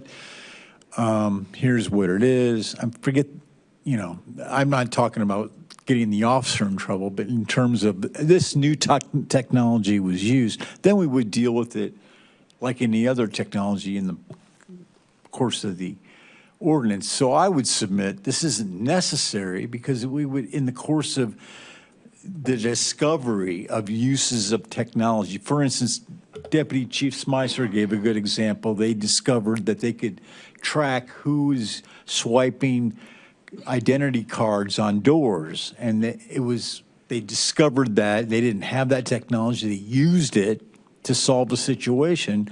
That's a technology that maybe we hadn't approved yet. But do you understand what I'm saying? It's separate.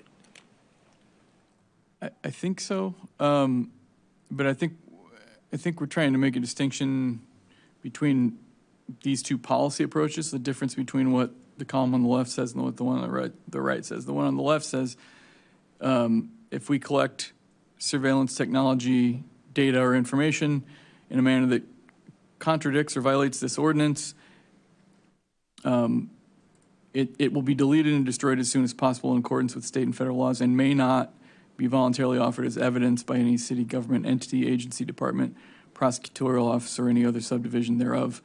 in any criminal or civil action or proceeding against any member of the public. We're saying our overarching policy is we will not voluntarily use it for any of these purposes. Yeah, we can't. And then we have this little outlet, unless we're required to, or unless we're required to turn it over to the defense because it has, value in a criminal matter for the defendant. Definitely. Ms. Hersey. So my question is then, if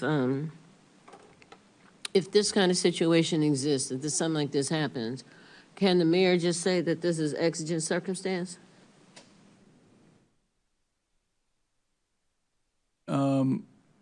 Something like Didn't he make that determination? Didn't he have the right to say, this is an exigent circumstance? We didn't intend on seeing these two things happen, but this did happen, and it happened with equipment that no one's been, what, James? I don't think what we've put out here allows the mayor to, in arrears, say that was an exigent circumstance. What we've put in here is that the mayor has to declare an exigent circumstance such that someone could use a unapproved, Well, it has to be in arrears technology. if he says This is a circumstance where it's still an emergency. it's not necessarily a new technology. It's a technology that just has not been approved. It could be in the process or other things. It's a employee is not aware of the status of the tool and they use it. And it creates assets that then are potentially important in a criminal proceeding. Do we say, just to use an example, we got this without a warrant, we have to throw it away, which is like kind of where I would be? Or do we say, well, they didn't know they didn't have a warrant, so we're going to assume we can use it unless somebody tells us we can't? Well, what I'm saying is in the course. That's my example for how. Okay, how what to I'm compare saying, it. what I'm saying is that in the course of doing their duty, period, this may be, as far as trying to catch someone that has committed a crime, and in the process, you actually see another crime happening, because we're still using the drone issue. If they do that intentionally with a piece of technology, knowing it's not approved, this doesn't apply. Because that's There's too many willful decisions to try to misconduct. make on the fly, to me. So if I may, Okay. yes, so this section 7, I think that was a good example of like, say that we have a policy that we only use drones with a warrant or probable cause, but we used a drone to just follow someone without a warrant or probable cause, but then we say, haha, I caught you doing this thing. And it does say, to my reading, C2 does say that it may be used for legitimate law enforcement purposes unless and until the city attorney determines that such use would violate applicable law. So this is not just, this doesn't apply to all things. This is just ones that are in a clear violation of a policy. So you either weren't allowed to use it that way based on the policy, or it wasn't approved at all. So if that's my question. So if it's not approved, but somehow I'm just trying to think of a certain scenario where that could be totally, where it could make a mess, to be honest, where everything could just turn out to be a hot mess. Yes, absolutely.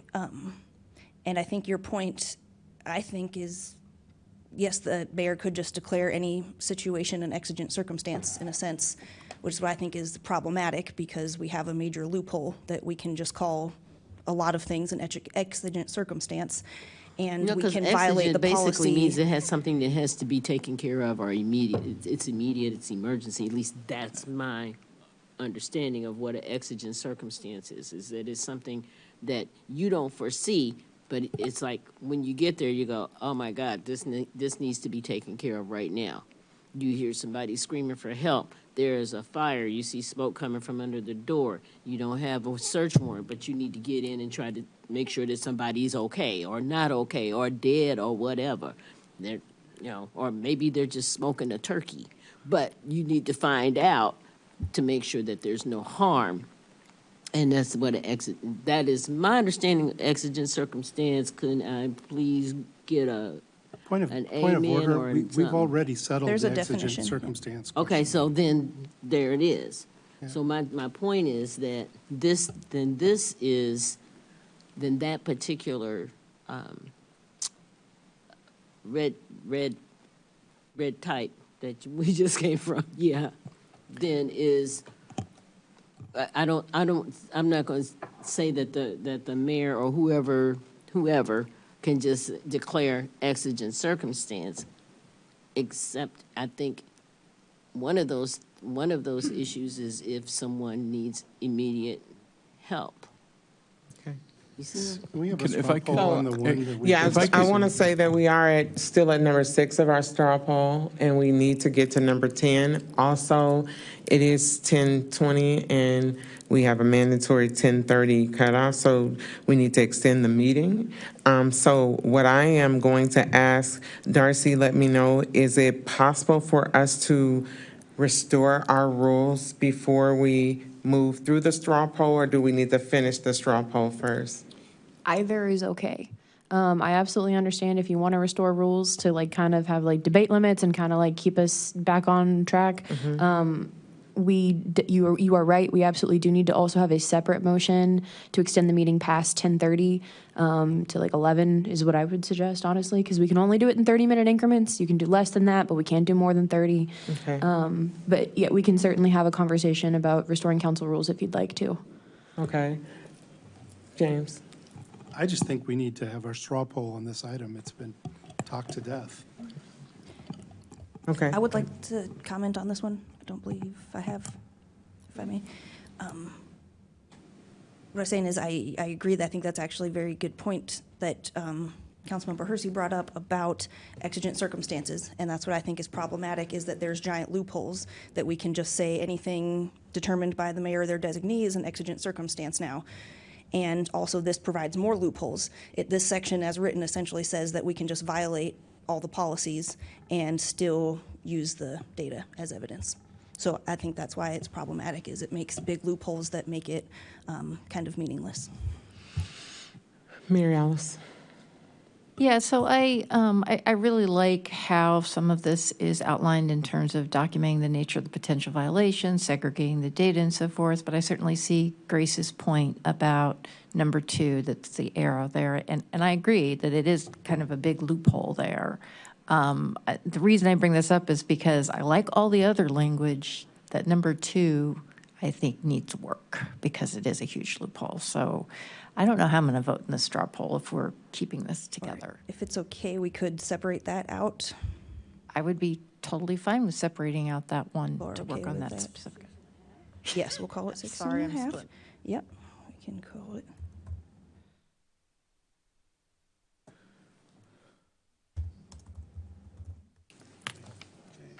James? I'd like to make a motion to extend the meeting for 30 minutes. And I will second. All right.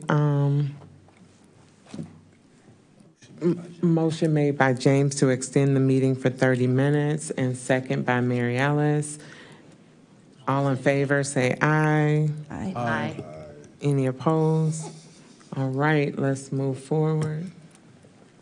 Okay, so I tried to separate that out. So 6 would be just shall we change the ordinance to section 7 recommendations?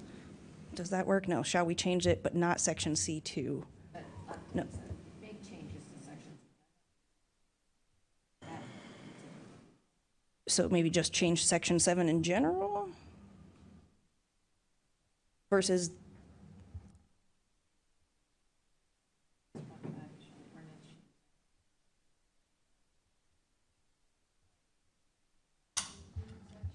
Two without further revision or something like that? All but C2. I guess I'm just wondering, like, if 6 passed, that we say we change it to the recommendations, but then 6.5 also passes. those are like kind of in conflict, right? Let's do 6.5 first. Okay. Yeah. 6.5. So 6.5 first, saying, shall we change the ordinance to those section 7 recommendations that we were looking at, except for C2?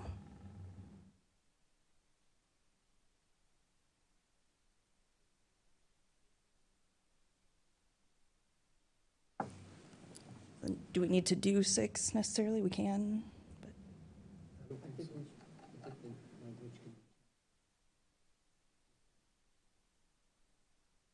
I heard it, don't think so. Anyone think we need to do section, or number 6 and change section 7? I think we kind of already dealt with that. Okay. All right, then number 7, talking about adding a definition of non-surveillance technology for case-specific use of publicly available information. Shall the ordinance add a definition of publicly available information as an example of non-surveillance tech? And if we could have a moment of discussion, I have just a quick discussion piece. I think there was a good point brought up earlier about social media monitoring and how that can be weaponized. Even though it might not be a license plate reader, there's still ways of mass surveillance. My Verdale. Sorry. So this is a good point, because I feel like, let's just call it a spade. Facebook is a hellhole. It's what it's turned into, is everyone's putting their own opinion on it. If you go on there, you see people doing crimes on social media, which is the stupidest thing I ever heard of. So I actually am okay if you're dumb enough to put your crimes for the whole world to see on social media, you should get picked up. I totally agree. Mary Alice. My understanding of this is that it's available to the public, a LinkedIn profile, for example. So if it's publicly available, then it is not surveillance technology. But if you need to use software to basically track somebody's information in their social media that's not publicly available, that is surveillance technology. So the difference is private and public, in my opinion. Well, Ms. Hersey. I'm going to add one more monkey in that wrench. On Facebook in particularly, you can decide if you want your information public or only for your friends. So therefore, if somebody is only has their friends that can see the stupid thing they did or are doing, then what? It's not publicly available. Yeah, it's not publicly available, but your friends can share that and make it publicly available. Or screenshot. There's a lot of ways that it could become publicly available. So That's then not what? what this is about. Why isn't it? We just What got your through friends do with what you share with them is not about what the city does with surveillance technology. No, but it could become an issue. But you know what? I'm gonna leave it at that. Let it be what it's gonna be. Okay. So are we going back to our straw poll? Straw poll on number 7. Straw poll on number 7.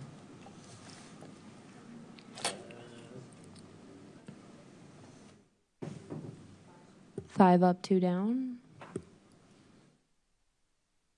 Oops, next is about adding an exemption of sensitive surveillance technology information, which I appreciate clarifying for myself. So shall we add an exemption for sensitive surveillance technology information in the annual report, I believe, or use report?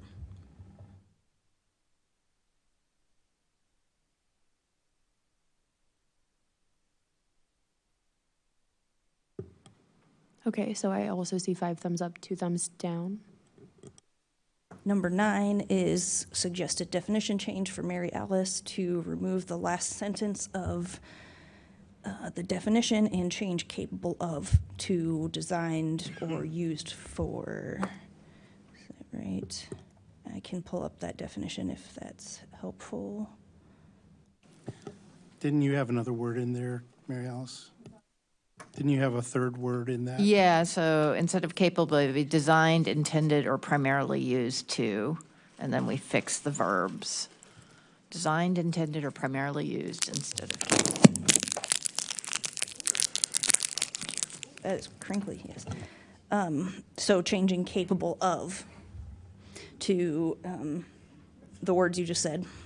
Yes. And removing this and then- last sentence. And removing the last sentence, I'd need to change some of the verbiage, like collecting should be collect, capture, you know what I mean? Like, I'd have to do some of that.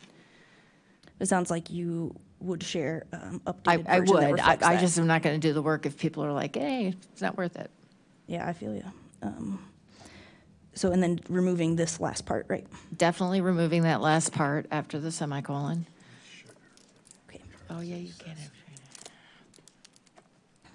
But Everybody I good will, on if that? people are open to that, I will send a definition to everybody to review before council. So everyone understand what the proposed changes are? Move off this, okay. So are you open to considering the definition changes that were suggested? Can I vote for my own? Okay, so yep, I'm seeing 5 thumbs up, 2 thumbs down. And then last one is about CPRB oversight. Shall the CPRB review surveillance policies as in section 8A? And if I may have discussion, can we discuss this one? Okay, well, I will, that they did support this. Oh, okay. So I see 5 thumbs 2, down, 2 thumbs up.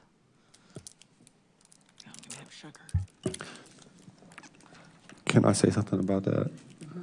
So the reason why I voted no on that is because CPRB, I appreciate the work that they're doing. I think they have a very crucial role. One of the issues is, hearing from them earlier this year, they're kind of playing catch up with a lot of stuff. And I just don't want to add, right now, I don't want to add this to their plate. I think it'd be best suited for the council to review these things.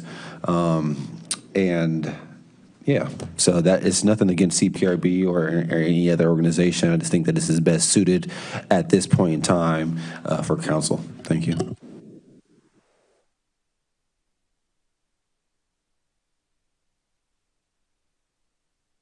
Yeah, if you want to call for a motion to approve or send that this was to our council. last one. That was Okay. our last straw poll. I'm happy to review the ones that you approved. I can just tell you the numbers that were approved and the ones that failed, but it's up to you. James? I would move approval of this resolution with the changes that have been determined by the straw polls, including a few more language tweaks on the one item that Mary Alice said needed to be adjusted a little bit to City Council for approval, not on consent agenda. I'll second. Just point of order, it's an ordinance, isn't it? Mm-hmm. You said resolution, James. Sorry, I should have said ordinance. Thank you. You're more awake than I am at this point. Which I think is another important point, if I may, that the city attorney would reformat this to be city code edition rather than ordinance, right, is kind of what I think the understanding and recommendation has been moving along. Yeah, Will this you would have be- that for this next would week? be- Yeah, I can reformat based upon the straw poll tonight, the content of the proposed ordinance into a format that would essentially slot it into the city code once adopted. So it'd become a new section of city code. Okay, there was a motion by James Quisenberry, a second by Mary Alice Wu. All in favor? Aye. Aye. Aye. Aye. Any opposed? No. So this passes on. Should there be a calling of the roll now, or do I move past that? I'm just looking at what's you're in good. here. You're Okay. good. You just did a voice vote, so it's Okay. moved to the regular agenda, so it'll appear next on the city council agenda on August 3rd. Okay, thank you. Next, we will move on to council input and communication. Are there any council members who would like to provide input? James? Yes, I just wanted to say thank you for your forbearance. I was gone the last 2 weeks on a much-needed vacation, and I guess you were so sad you didn't have a meeting last week, so I could join in on this week. But I'm glad I was here. I really appreciate the work that everybody has done on this ordinance.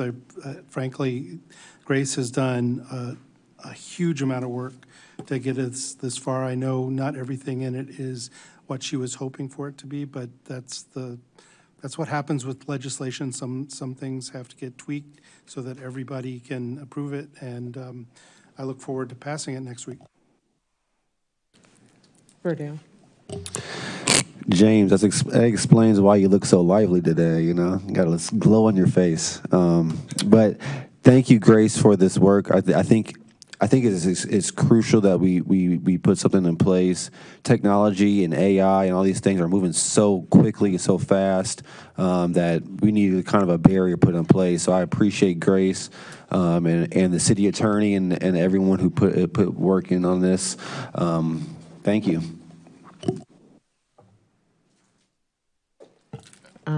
Matt? Yeah, I just have a clarifying question about the Section 7 vote. I know that there was sort of carve out with C2, paragraph C2, with some concerns around that. I just want to make sure I'm understanding the concerns, and we can craft it in a way that's responsive to council's concerns about that. I guess the first question is, are we wanting it to be narrower or include examples, or did we approve it without that entirely? And if that's the case, I'm not sure. Yep, so vote 6.5 was shall the ordinance change section 7 without C2 entirely? And that was passed with 6 thumbs up and 1 thumbs down. But that was the exact verbiage, was without C2, but section 7 in its entirety. We don't want to replace that. Okay.